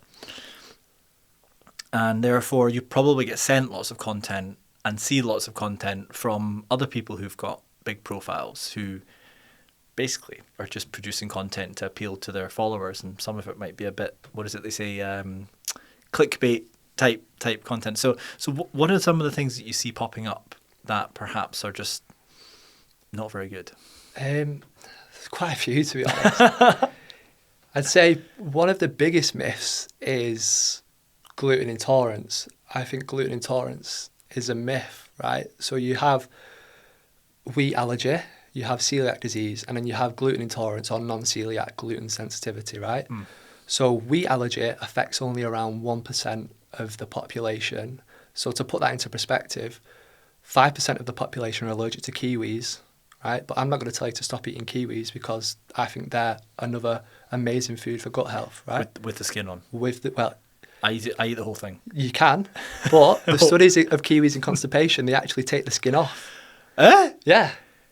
Is that not the best? I think that's just because it's more appealable to people, right? Yeah, people look at me like when I'm in the office, I'm just like shoveling it down. They're like, "What is wrong with our boss? Like, why is he eating just?" I think it depends on the kind of kiwi, because sometimes they're a little bit furrier than others. The gold kiwis tend to have a smoother skin. I don't mind that, but the green ones, for the green ones, man. Yeah, just straight in. Each to their own. Yeah. So then you have celiac disease, which again is similarly affects only around 1% of the population. So celiac disease is an autoimmune condition where the cells that line the small intestine, called villi, which are responsible for absorbing nutrients, they become inflamed and damaged in response to gluten ingestion. Okay? This leads to symptoms like diarrhea, abdominal pain, and bloating. And then you have gluten intolerance or non-celiac gluten sensitivity, right?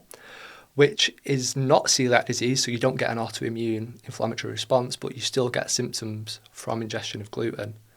Now, in several randomized controlled trials, in people who think they have gluten intolerance, when you give them a meal that contains gluten or placebo and they're blinded to that meal, they cannot distinguish between the two meals. Based on symptoms? Based on symptoms. In fact, both the meals tend to cause a little bit of an increase in symptoms, and we call this a nocebo, which is where... A nocebo? A nocebo. So nocebo is where you get an increase in symptoms due to negative expectations around something that is otherwise harmless, right? Interesting. So there's kind of a psychological aspect to that. But when some of these studies also show that when you give these people fructans, so fructans are a fermentable carbohydrate, a FODMAP, which we've spoke about. When you give them fructans, they get much worse symptoms than the gluten or the placebo. So most people who think they have gluten intolerance actually have a fructan intolerance, okay? So fructans are also found in garlic and onions because they're a FODMAP that's abundant in nature. But other gluten-containing grains, so wheat, barley, they're high in fructans. So probably one of the reasons why people feel better for giving up wheat, or gluten, should I say, because it's in wheat and these other grains, fructans. Is because of the fructans. And there's a little test you can do to see if this is you, right? You can get some sourdough, some proper sourdough that's made from wheat, because it still contains gluten, but it should contain virtually no fructans if it's proper sourdough, right? Not the stuff from the supermarket. How do we know if it's proper? It's got baker. I mean, you go to the baker, they've got the good stuff. I hear you. Yeah, I got it. Yeah. So still contains gluten, virtually no fructans. And if you eat that and you're fine, then actually it's probably not a gluten intolerance, it's probably a fructan intolerance. So you don't need to give up bread, right? Because sourdough is amazing. And it is. Yeah. It contains fibre as well, right? Yeah, it contains fibre. Potentially contains some of these postbiotics, right? Because during the fermentation of the flour, these microbes are producing things, they're going to die. So they're not alive when you eat them, but you might get some of their benefits. So that's the gluten element. What about dairy?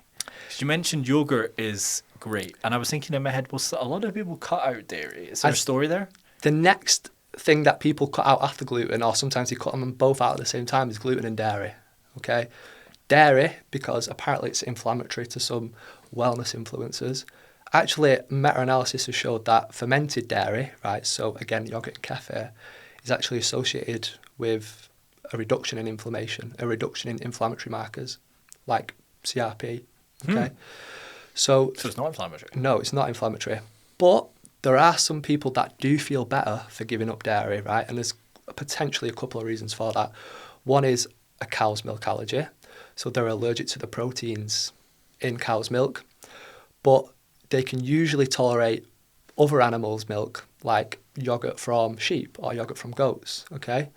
They might have an intolerance specifically to the A1 beta casein protein, which is really abundant in cows, less abundant in goats and sheep milk.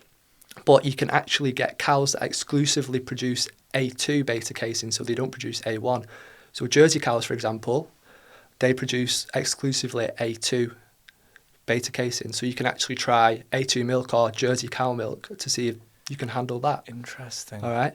But then the third, more common reason is lactose intolerance, right? So lactose intolerance is where you don't produce enough of the enzyme lactase. So lactase is produced in the small intestine. And what that does is it breaks down the lactose sugar so you can absorb it. If you don't have lactase, then that sugar moves all the way through your gut to the colon. There we go. And it's fermented by the bacteria in the colon where there's loads, trillions of bacteria. So they feast on the lactose. They produce gases, which cause bloating, really bad flatulence, right? That's a classic symptom of lactose intolerance. And because it affects the osmotic gradient in the colon, you get diarrhea as well. Around 2/3 of the world's population have some degree of lactase deficiency. It's more common in African and Asian populations. And that might just be an evolutionary thing, right? Because probably in the Northern Hemisphere, we relied on dairy for a source of nutrients, whereas food is much more abundant there in terms of fruits and vegetables and other crops. But what a lot of people don't realise is that with lactase deficiency, lactose intolerances, they can still have dairy, okay?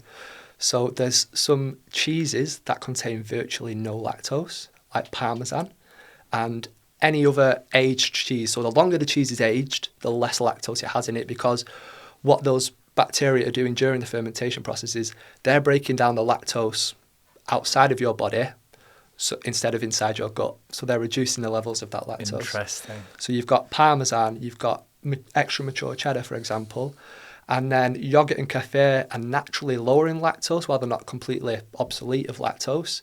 They usually contain less than 5 grams per serving, all right? And studies have shown that most people with lactose intolerance can actually handle around 6 to 12 grams per serving. So if someone's experiencing symptoms when they consume dairy, how do they kind of work through those 3 different pillars to see which one it is? Is there a specific test or? Yeah, it's a good question. So what I would say first is to actually remove all dairy from your diet. See what happens. Yeah, see what happens. If you feel better, great. But you don't need to give it up because we have alluded to the potential health benefits of at least fermented dairy, like yogurt, kefir, and I would argue that cheese has health benefits as well. Good. Yeah, that's very good. Cheese is good. Yeah, yeah, especially live cheese, not the plastic cheese. Yeah, right? So I would remove it all, and then I would probably start with some cheese that contains virtually no lactose. So you could have some Parmesan or whatever, see if you're okay with that. Or you could try a lactose-free milk instead. So you can buy milk where the lactose has been removed, and you can have a cup of that. Don't eat anything else. See if you're okay. It's good. There you go. It's or again, if it might be one of these, it's a little bit less common, but if it was like the cow's milk allergy or the A1 beta casein, you could try something that isn't cow's milk. So you could have some buffalo mozzarella, or you could have, just a sheep or goat's yogurt. It's all good stuff. And what I should say as well is there's actually clinical evidence to show that if you have lactose intolerance, the more yogurt, the more kefir you eat, the less tolerant you become to lactose. So you can build up a tolerance. You can build up lactose digestion. Now, can I just push a little bit on that? Is there any merit in taking a similar approach to, for example, FODMAPs? Now we're talking blue sky thinking, right? So is it the case that if someone who has a sensitivity towards FODMAPs, if they just eat more and more and more FODMAPs, they eventually sort of get over their issue? Is that a thing? I think some people, yes. If you do have an underlying condition like SIBO, right, then you're never going to get to that threshold. Right. In fact, you're just going to get worse. Right. So if you've ruled out the SIBO through working with people like yourselves, so just through a simple hydrogen and methane breath test is the easiest way to do it. And you're still struggling with FODMAPs, you should be able to build up a tolerance. There's actually studies in beans specifically, because beans are very, gassy. Well, right? Yeah. There's all sorts of songs. Really good. Yeah. So beans are notorious for that. Yeah. But why is that? Sorry, they're just full of fermentable fibers, different ones, galacto-oligosaccharides, and so really good for you though. Good for I mean, if you watch the Blue Zone stuff show that beans are a massive part of some of the fermented diets. foods, right? And fermented foods. So there's studies with beans that actually, if you gradually increase the amount of beans you eat every day, you become more tolerant, so you're not farting as much for want of a But who can do that? Not the most technical term on the podcast, but it's all good. I'm not sure if you want to be doing this whilst you're at work 9 till 5, right? If you're working from home, then it's fine, right? Just add a few extra beans to your beans on just go for breakfast. But I'm not sure the office will be happy with you trying to improve that. Beans are one of my primary sources of fibre. All different types of beans. Love it for fibre. Plant-based protein as well. Yeah. Soup, again, another great food. Super. But you could probably build up a tolerance to FODMAPs and other fibres just as well. Before we go back to the myths and misconceptions and dairy, and by the way, that short bit there on dairy was just awesome. I know a lot of people are going to love to listen to that. I did. I've learned a lot from that.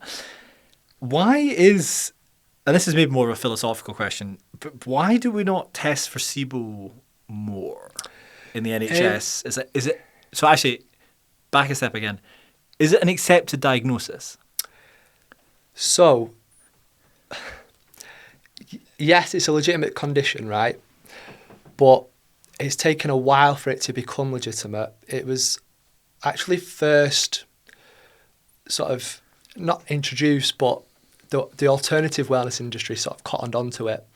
And they said it was the cause of most people's IBS and stuff, right? And then doctors were like, I don't know what you're talking about. But sometimes they are actually further ahead. They are, and they're usually further ahead with a lot of other things as well, which is why we always think the truth lies somewhere in between this alternative and conventional I'm with you, medicine, right? That's kind of fascinating, isn't it? Yeah. So with SIBO, in the States, it's recognised, it's in the guidelines, it's got its own guidelines, it's in the IBS guidelines. In the UK, the BSG guidelines don't acknowledge it. In fact, they don't even recommend breath testing for lactose intolerance, which has a lot of evidence behind it. I mean, what would you rather do? Would you rather spend weeks trying to work out if you're intolerant to lactose, what your threshold is, or would you rather just do a quick test to determine whether you have it, right? Same with SIBO. It's not, right? Yeah. The main argument is you get a lot of false positive or false negative results with a SIBO breath test. Well, that's what their argument is. But my argument is, or at least in the UK, my argument is we have the data to show that you take the test, it predicts your response to the treatment. So if you have IBSD and you take a SIBO breath test and it's positive to lactulose, okay, you are nearly 3 times more likely to respond to rifaximin than someone with IBSD who tested negative. And that's really important, especially in the UK, because rifaximin isn't a licensed antibiotic. It's usually prescribed privately and it's going to cost you like £200-300. So you'd want to know if taking that medication, or even in the NHS, right, if we're going to give someone this expensive medication, are they going to respond to it or not? Yep. So I think there's still a long way to go in the UK, but a simple breath test that you can do at home to determine. So this is it with lactulose as well. It's a bit of in the UK, they argue you see a rise in gases on a SIBO breath test, right, with lactulose. And they argue that 90 minutes, where the rise should be before, is that lactulose still in the small intestine, or is it in the large intestine being fermented by the colonic microbiome? So you're getting a false positive result. But because we've got the cut-off of 90 minutes, which predicts a response to treatment, and either way, even if within 90 minutes it is actually being fermented by the colonic microbiome, the studies show that it's still helpful. So either it has this eubiotic effect. We actually think rifaximin it helps with like sensitivity as well in the gut. So a lot of in a post-infectious kind of irritable bowel syndrome where the infection's cleared, but the gut's now become more sensitive to what's moving through it. It seems to have benefit in that. So yeah, I think the UK have a long way to go, but the alternative wellness community, I mean, they were onto SIBO. Now there's these other. Have you heard of the theory euhemerism? It's a Greek mythology theory from Euhemerus, who was like a philosopher, who basically said that mythological heroes and mythological stories, right, were based on real historical events and figures, but over time they've just been exaggerated, right? And I think this is a little bit what the alternative wellness community are doing at the minute. So these holistic practitioners and stuff, they will take something used to be SIBO, but now even we know that's a legitimate condition, but now it's things like candida, which is yeast, and parasites. So they'll take that and make it look like it's the root cause of your problems. And then what will happen is someone will go to their conventional doctor and say, I've seen this online, I think I've got candida, I think I've got parasites, and the doctor will just shut them down. Yeah, for sure. Say it's nonsense. This is where the truth lies somewhere in between, right? So if you can get an overgrowth of bacteria in the small intestine, surely you can get an overgrowth of yeast. For sure. Yeah, right? We know you can get a yeast overgrowth in the esophagus, so you can get candida in the esophagus. You can get yeast infections, right? Absolutely. Of the genitals. So why not of the gut? And the only problem is it's very difficult to diagnose. We don't have this defined pathway like we do with SIBO, with all the testing. Traditionally, at least with candida and yeast, so candida is a type of yeast, but you can get other different types of yeast that overgrow in the gut. Traditionally, the only way of knowing if you have that is to actually do one of those upper endoscopy, take a sample, right, and grow that culture. So there's a group in the States, Satish Rao's group, which found that in people with unexplained tummy issues, but without any immune disorder, that 1 in 4 of them had SIFO, so small intestinal fungal overgrowth. So they actually had an overgrowth of fungi and yeast in the small intestine. But that's the only way to test for it. You can't do a stool test because even 1 in 2 healthy people have yeast in their mouth. It's the part of a normal microbiome, right? Absolutely. Yeah, and we've already spoke about how the stool microbiome doesn't reflect the small intestinal microbiome. Some of the wellness practitioners say you can do this D-arabinitol metabolite test. So it's a sugar alcohol that not all species of candida, but some of the pathogenic ones produce. I'm not seeing any sort of outcome data to show that, but that's one avenue. We're trying to find ways of looking for it at the minute. How do you get rid of it if you find it? Well, that's a good question. So we use antibiotics to clear SIBO. You'd probably think antifungals to clear yeast, right? There's just not a lot of data on that. I would imagine that antifungals are, I don't want to say safe, but they're a little bit less precarious than antibiotics because most of the microbiome is bacteria, right? So if antifungals just target the yeast, you're probably not affecting that as much as you would with an antibiotic. Almost certainly. Yeah. But that's a future avenue, right? That's a future avenue that we want to look down. And then the next is the parasites, okay? So parasites were all the rage. A parasite cleanse was all the rage on TikTok last year. Okay. Oh, really? There was a point where my feed was just full of parasite cleanses and people, wellness influencers selling a parasite cleanse, right?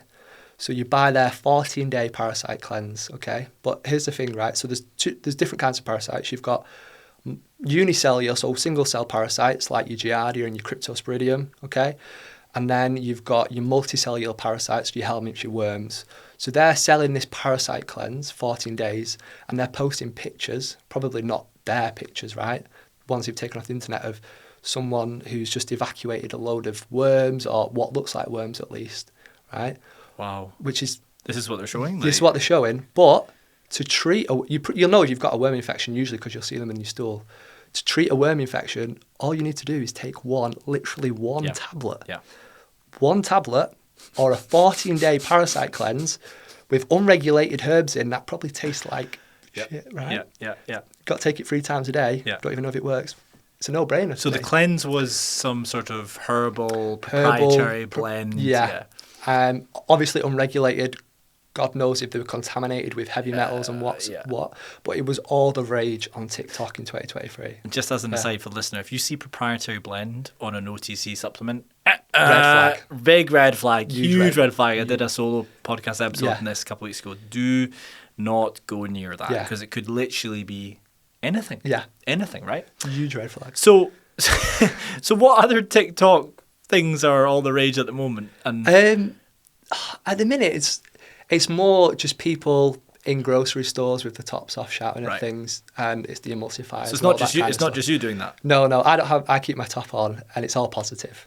Oh, right. Some people have their top off. Yeah, I don't. You'll probably know him. He promotes like. I don't have TikTok. He promotes a carnivore style diet. He says vegetables are bad for you. Is this? It can't be. It's not that guy. What's his name? Who got Carnivore MD? I think is his. Oh no, I was thinking of this guy called Liver King. No. Well, it's real. Like if you look into the background, he has share. They both have shares in the same company. I thought the Liver King guy was exposed as he being was like exposed. a massive He was fraud. exposed. In the context of he was taking like, it was actually hilarious. He was like thousands of pounds worth. He was literally like, I'm natural. Yeah. He was like, it's all bull testicles and weights. And then some guy sent, or some person, not some guy, sent in his correspondence with a doctor. And I think in sort of like totality, he was spending like tens of thousands of pounds a month on growth hormone, insulin, steroids. You know, and it's like, whoa, yeah, that's what you've got to do to look like him. So comedy. I couldn't. I think. I mean, we all knew, right? Yeah, we all knew, but it's not. Not everyone does. Fascinating. So, fascinating. Yeah, cool. Yeah. So it tends to be more that kind of thing now, but. Sort of going back to the parasites, there are obviously these other parasites that we can't pick up as well, like the Giardia and the Cryptosporidium. Yeah, so they're not that much bigger than bacteria. And what happens is if you get an infection from these, an acute infection, it normally presents like gastroenteritis or food poisoning. So you'll have diarrhea, maybe vomiting. It usually settles down after a few days. You go back to normal, right? If it doesn't settle down, you go to the doctors. Even then, they don't necessarily test for it. They probably just ask you, have you travelled to this location? Have you eaten something a bit, So they'll just prescribe you some antibiotics or anti-parasitic medications empirically. So you don't know if you've had that initial infection. Yeah. Okay. But what we do know is that an acute infection from Giardia, Crypto, Blastocystis increases your risk of developing long-term gut health issues like post-infectious irritable bowel syndrome. In fact, gastroenteritis, whether it's caused by parasites, bacteria, or viruses, is the single biggest risk factor for ruining your gut health, basically. All right. So I would argue the best thing you can do is try not to get food poisoning, right? And depending on the kind of bug that infects you, depends on how much more likely you are to develop long-term gut health issues. Oh, that's fascinating. So arguably the worst based on the evidence is Campylobacter. So people who get infected by Campylobacter, 1 in 5 of them will still be having tummy issues 12 months later. And 1 in 5 is less than rolling the dice. So imagine you got food poisoning and you roll the dice to see whether in 12 months' time you're still going to be having diarrhea and tummy pain. Yeah, so that leads me nicely into what do people need to do to avoid Campylobacter and the others? Presumably it's Salmonella. Yeah, so Salmonella, any like the classic bacterial, E. coli, even though there's the good ones, right? The probiotic ones. I hear you. Yeah. What are the worst culprits? So there's Campylobacter, Salmonella, E. coli, those kind of things. I think the main thing is food hygiene, right? Okay. So make sure you're cooking your food properly. None of this raw milk. That's a big craze actually on TikTok at the minute. Have you seen that? Unpasteurized raw milk. Seen that? Yep. Straight from the cow. Yep. I've seen a lot of that. I don't deny that it probably has some health benefits, because Sure. we've already spoke about the health benefits of yogurt and kefir. But I urge you, please do not try this, right? Because it's now the number one source of foodborne illness, at least in the States. I think it's a little bit more difficult to get hold of over A in. lot of athletes take the raw milk, right? Yeah. I think Erling Haaland does. Yeah. I was just about to say. I was like, mate, you're one batch away from ruining your career, right? Yeah. So. Oh, it's so funny. No, I tend to avoid like other raw foods as well. Like, I'm a bit. Sushi. I think if I went Don't say this to me. I'm going for a 12-course sushi tasting menu on New Year's Eve. I'm so sorry. But no. If you go into the like proper sushi place, right? I'm talking not like the stuff you get from the supermarkets. Proper sushi place, I would have that. It's really tightly controlled. And if it's got that yellow sticker on it that says it's reduced, do not eat. Do not eat. Do not roll the dice. It might sound like a good idea, but it's not. Yeah. I got you. So yeah, raw food hygiene, raw foods. Another thing is traveling. So a lot of bugs are picked up when traveling. So traveling to South Asia is the biggest risk factor for developing post-infectious IBS.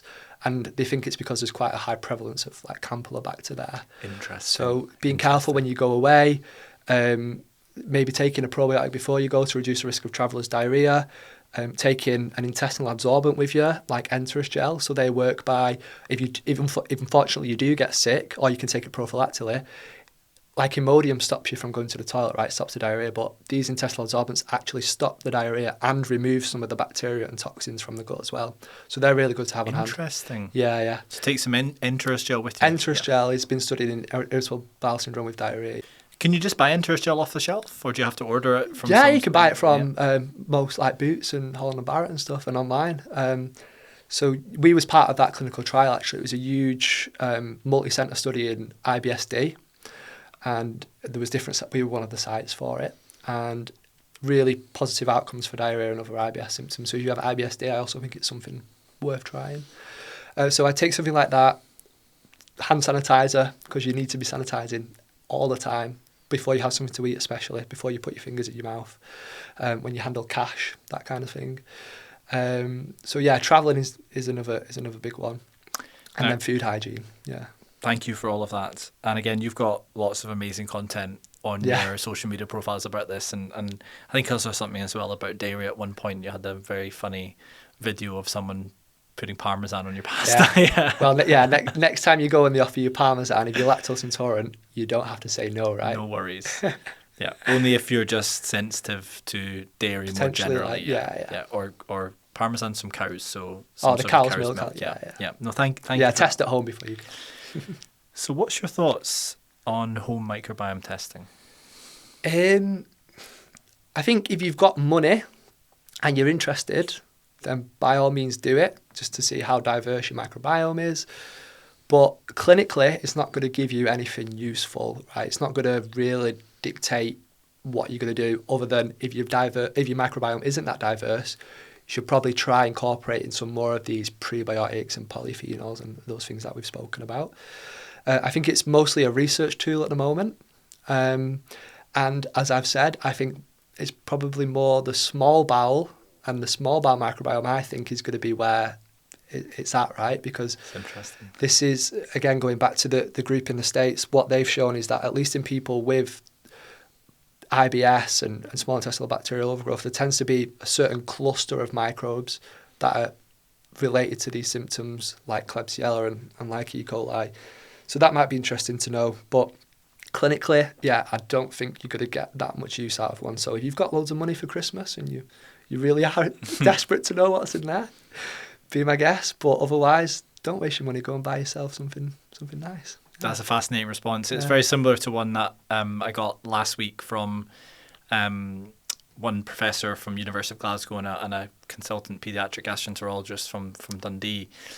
And I also asked Alan Walker, I don't know if you know him, Dr. Alan Walker, he's a microbiologist at the Rowett, and they all kind of said the same thing, which was it might be quite cool to see what's in your gut. Yeah.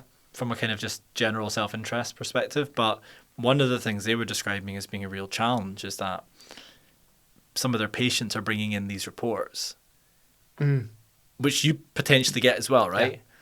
And you know, you're an expert in this, that the company you're working with is an expert. There's not really much you can do with it, is there? No. And patients think they've done a good thing and coming in and with this profile going, yep, what's next? There's one in particular that I think is over £300 for the test. And it comes back with all this traffic light system of you've got a lot of this one or you've not got enough of this one. But yeah, clinically it doesn't really mean anything. And I think I've seen in the data as well, like depending on what, like the stool that you take in the morning or the evening or where you take the stool sample from can actually change the abundance of what's seen in that sample, right? So, right. Yeah. So it's a general self-interest thing. Yeah. So what I'd really like to do is probably, if you could afford to, send 2 off at once and see what they come back. And if they come back totally different. I was going to do that. Yeah. I was going to send it to like 5 or maybe even more and see what happens. Yeah. So I'll get you in on that yeah. if I decide to do that. Yeah. We talked about gluten and dairy. Any other myths and misconceptions that kind of stand out? TikTok trends, social media trends that people should be aware of? I just think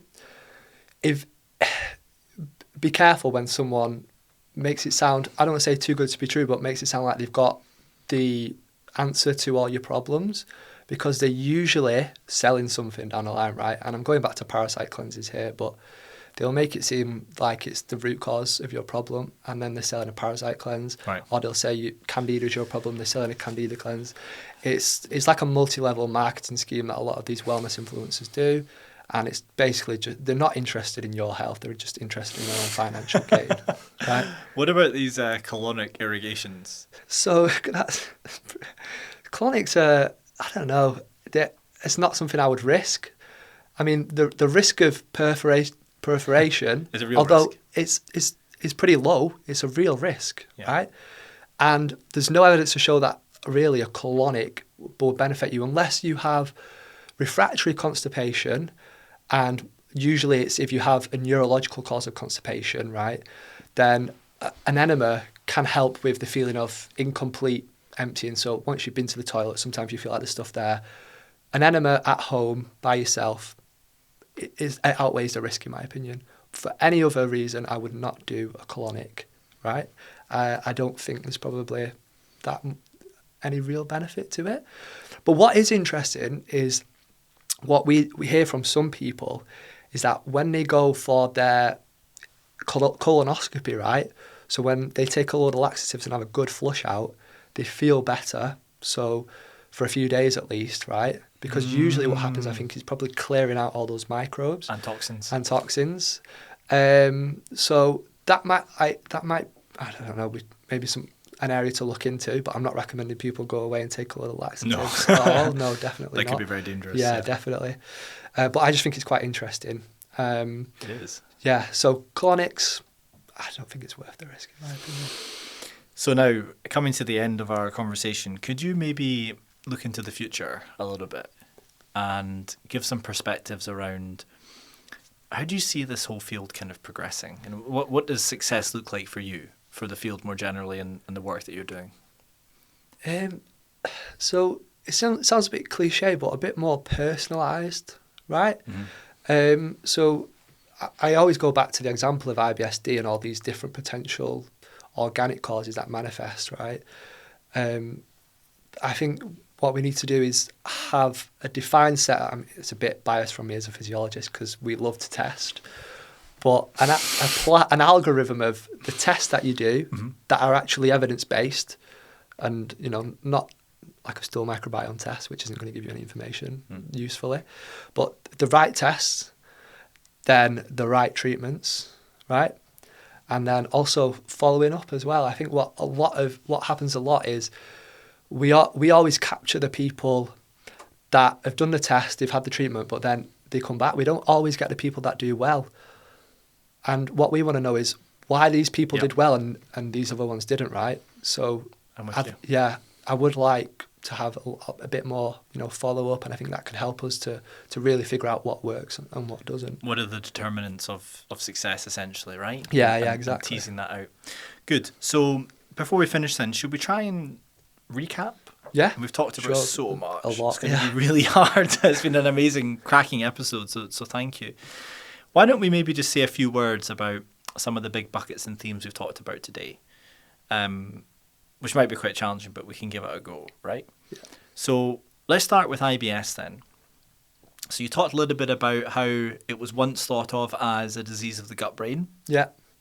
Still, the gut-brain definitely plays a role, but there are potential organic causes of irritable bowel syndrome that have their own specific treatments where you can then, I don't want to say be free of IBS, but you can manage it really well. And you've got tests. And there's tests to help sort of, hopefully, if you've got some of these symptoms, diagnose you under one of those buckets, which means you can get the correct treatment, which means hopefully you can be IBS free. Yeah. Prebiotics. Let's try and summarize that. So go for it. So there's fermentable prebiotics that might worsen some of your tummy symptoms, especially if you have a sensitive stomach.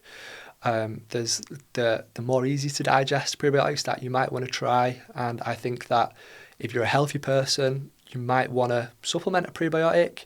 Again, you can go to Tummy MOT and see which ones have evidence in healthy volunteers, and then just to get a diverse range of colourful plants, fibre if you can tolerate it right, and then I would argue that fermented foods also contain prebiotics as well. So we also spoke a little bit about beans and how they can produce flatulence. Yeah. So maybe one of the other things to add in is if you're going to add in a prebiotic, don't go too high too fast. Yeah, exactly. So if most of the reputable prebiotics will actually say on them to start at maybe half a dose. There we go. For like a week, and then you can increase it to either 3/4 or a full dose. Yeah.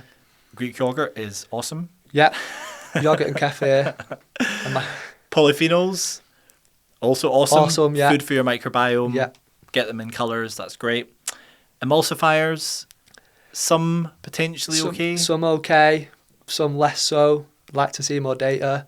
Just remember, if you're seeing a lot of these ingredients on the daily, you might be eating too many of them, and just to reduce your consumption of the ultra-processed food. And seemingly the natural ones, i.e. if it's been made by God rather than man, if I can say that, might be better for you. Same story with sweeteners. Yeah. In terms of what is gut health, there's no defined definition, right? But mainly it's being able to tolerate kind of whatever you want to eat, not rush into the toilet and not having GI symptoms. Yeah. Kind of work there? Yeah, or at least GI symptoms that you can put up with, right? Because not everyone's going to get that 100% resolution. What you want to be achieving is 70, 80. That's what I always say to people. You might not get 100%. Love that. Have 70, 80% as the goal, and the quality of life. Love that. Yeah. Small bowel has had less research than the large bowel because it's harder to study, but in your opinion is potentially the future of the field. Yeah. At-home microbiome testing, if you've got the money and if you're interested, yes. We've got a lot in there on dairy. So basically, not all dairy is bad. Mm-hmm. And you can potentially bucket your intolerance into 3 defined groups. Yeah. So there's an intolerance to cow's milk. Yeah. There is a deficiency in lactase. Yeah. And let me just try and get this one. Something to do with A1 and A2 That's proteins. It, yeah. The casein, the A1 casein. A1 and A2 caseins. Whew. What an amazing episode. And I'm sure I've missed stuff in the recap. I just wanted to say thanks. No, thanks You've for having me. travelled to come in. I really appreciate that. It's between Christmas and New Year. Most people are winding down. Here we are speaking about gut health for the best part of 2 hours. Thanks for all the work that you're doing. Please visit tummymot.com. Mm-hmm. Please visit Mr. Gut Health on your social media platforms. And speaking on behalf of Prebiotics, really excited to collaborate with you and the guys at the Functional Gut Clinic. Likewise. Next year. Yeah. So thank you so much. Thanks for having me. Pleasure.